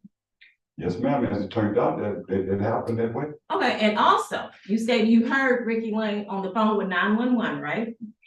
He said I'm saying 911. I don't know who he was talking to. I assumed it was 911. All right, and you were in front of his vehicle when you pulled that gun out though, right? Yes, ma'am. Okay, and his windows were up, so how did you hear him on the phone with anyone? His window, I don't know if his window was up or down, man. I don't even know none of that. All I know was that he called 911. Okay, and but you know he called 911. That's what you know. Because they asked him, I heard them say, where are you now? You heard who say that? Where are you? You could hear it. You heard the video play 911 saying, where are you? You didn't hear them say it, did you? No, ma'am. I heard that said. That's what. Mr. Monk? Yes, Your Honor. At this time, I would like to change the media and play a brief recording. So could we have just a break to do that, or would you like me to just go ahead Okay, and do that now? I've got to switch over the computer here. to Do that. It has to be entered. What are you pointing? It's his 911 call. Okay, but it has to be entered. I understand, but we're gonna work on that. I just want to make sure that the audio is ready. okay. So ladies and gentlemen, jury, we're gonna take a break at this time. Please follow the bill.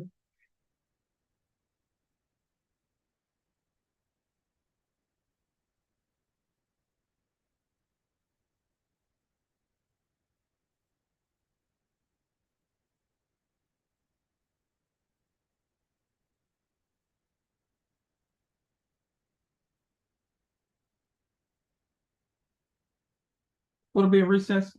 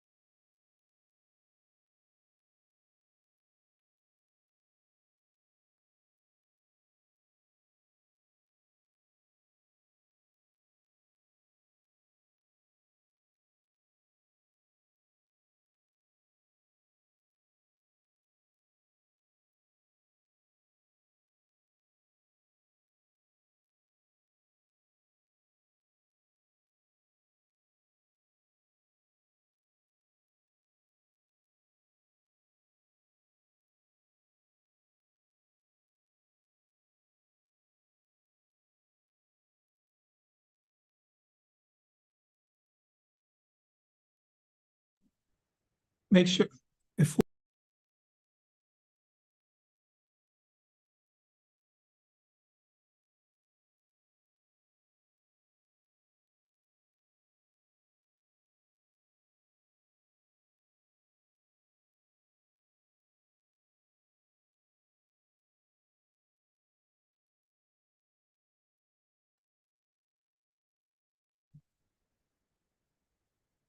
okay, you can get the jury.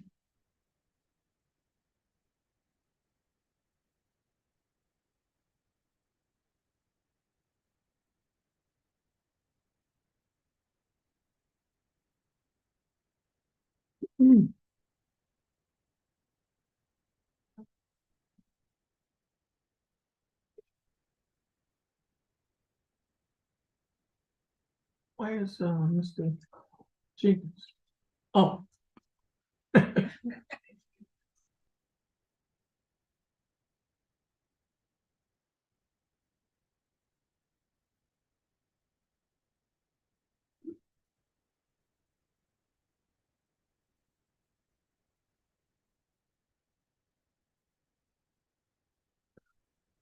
Everyone may be seated.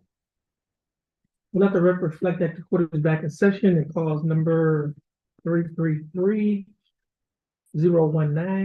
Let the record reflect that Mr. Jenkins is present in court with his attorney, Attorney Monk. State is present with attorney Eric Porter and attorney Andrew Hubel. Let the record reflect that the jury is now present and seated. Mr. Monk, you may proceed. Thank you, Mayor. May I approach? Yes. Mr. Jenkins, I'm going to show you what I've marked as Defendant's Exhibit 5 and ask you, do you recognize that document?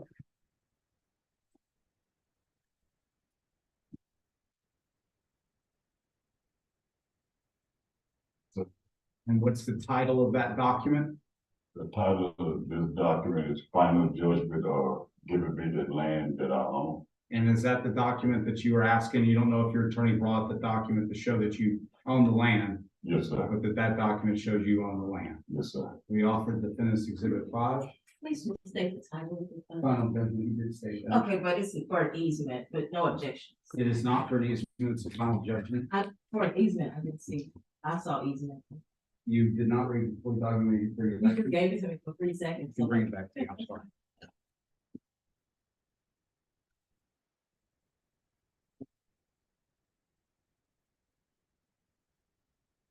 Easement. Yeah, there's some more language in that. It references lots 8 and 9. Lot 16, lot 3. Lot 12.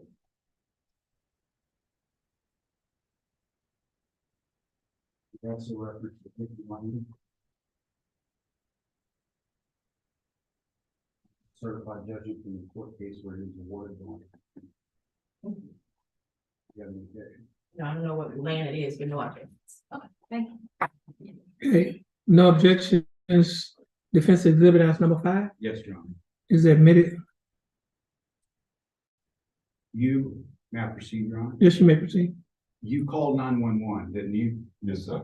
Your Honor, at this time, I'd like to play the 911 recording just so that my client can identify his voice at the beginning of that recording to authenticate that this is his 911 call.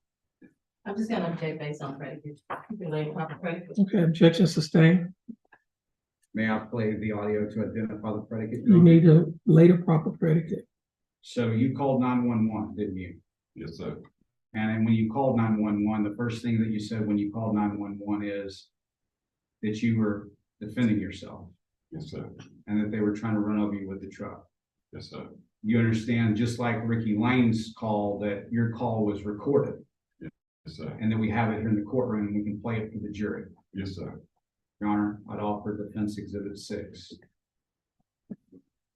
I would like to pray to be tender to me, so I'm just Yes. inspect it.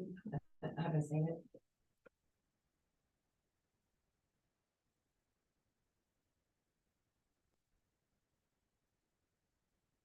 So this is where the number one thing is at? The number one recording is at? Correct. Okay. So did you show it to him? You still haven't read it properly. Mr. Jenkins, do you recognize this as your 911 call Yes, sir. on Defense Exhibit 6? Yes, sir. Offer Defense Exhibit 6. No objection. No objection, states exhibit number 6 is, defense exhibit number 6 is admitted.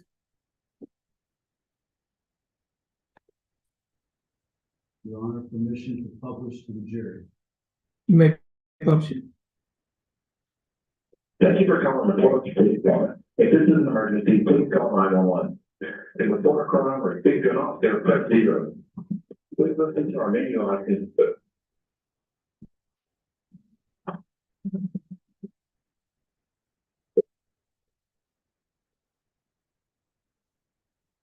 Not the police. Right now, I was 355, let's go, Rick and Manny, I just had to defend myself, and I had to use the car to defend myself, but she was nasty right over me. So is that what you were trying to describe to Ms. Porter in terms of what you first told the police, the very first thing that you said to them when you called? Very first thing I told them that, Mr. Lane was trying to run over me. I needed the officer out there ASAP. Because I had to, stop him with my phone running over me. That's what it was. Ms. Porter? I'm just gonna play the whole thing because I haven't, for the jury so they can hear it. Yeah, I don't want to touch it.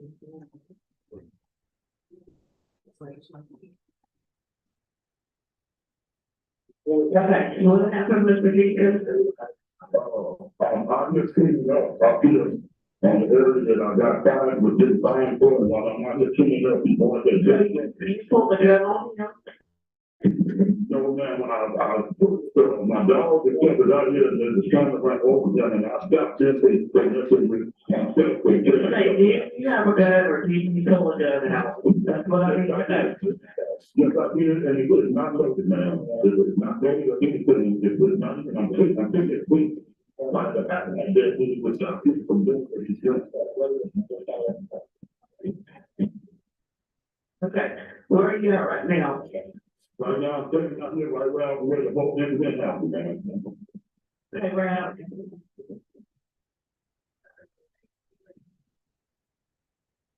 We'll call it 30. Yes. Yes, I have a white shirt on with the cowboy gun. Okay, and where's your gun at? Right in my hand. You're gonna put that gun down before the officer gets there. Okay, no problem. Okay, go ahead and put it. Why don't you go back into your house? Where's your dog at? Good job. Go back to your house, and I'll have the officer come over there. Where do you live at? I'm right here right now, next to you, I'm 310. 410, okay. Well, go ahead and go to your house. Let the gun up. It will come in with you, okay?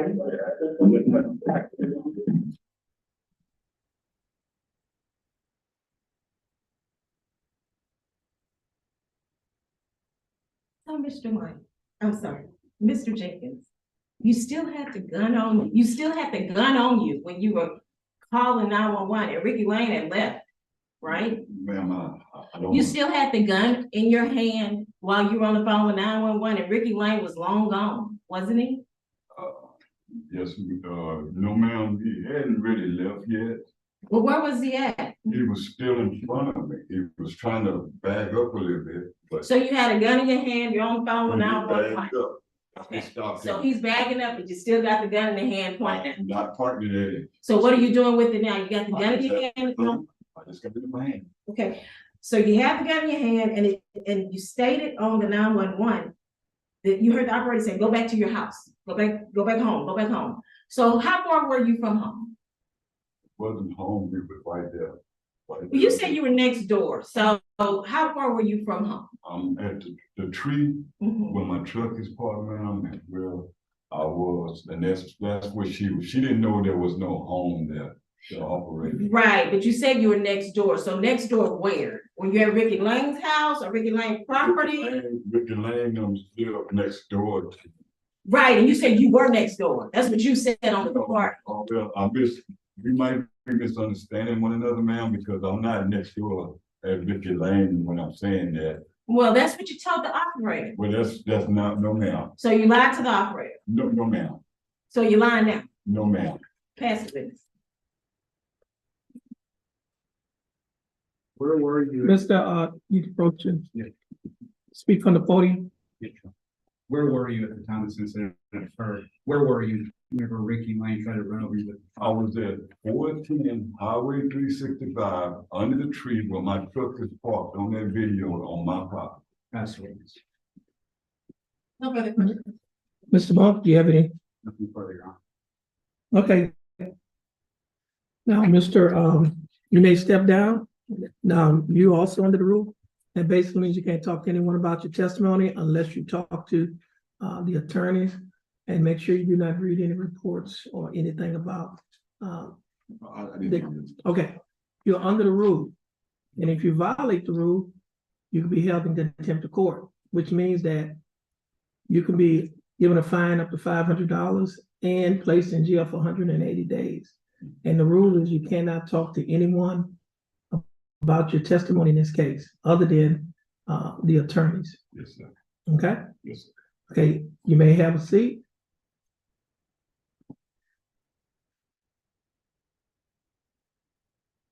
Mr. Monk? Defense rests. Okay.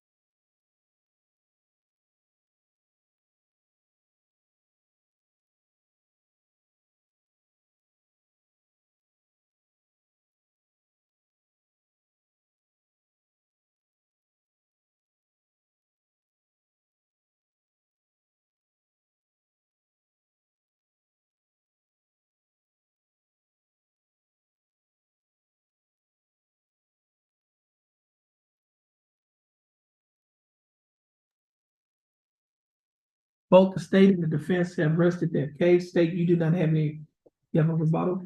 No. No rebuttal? And so what has to take place next is there's a charge that the court has to draft. That's a document that contains the law. The charge will be read and given to you, and you will be guided by that charge while you're deliberating. But before we give you the charge, we have to have what is called a charge conference. That is a conference with the defendants and the state so we can make sure that everything that's supposed to be in the charge is in the charge, and that there are no objections from the state and the defense. And then once the court gets the charge, the court is going to read the charge to you. And then the state and the defense are going to do closing statements. And then after they finish their closing statements, then the case will be given or handed over to you. Now, it's almost 5 o'clock. All of that won't be done in the next 25 minutes. And so we have a large docket. Okay. And so on tomorrow, what we're going to do, we're going to have you all come back at 1:30 because we have a large docket in the morning. And so once you come back at 1:30, we'll have our charge conference probably at about 1 o'clock. And so we should get that out of the way. And so we'll have you to come back at 1:30 on tomorrow. Okay? So at this time, you are excused. Everyone please stand as the jury exits the courtroom.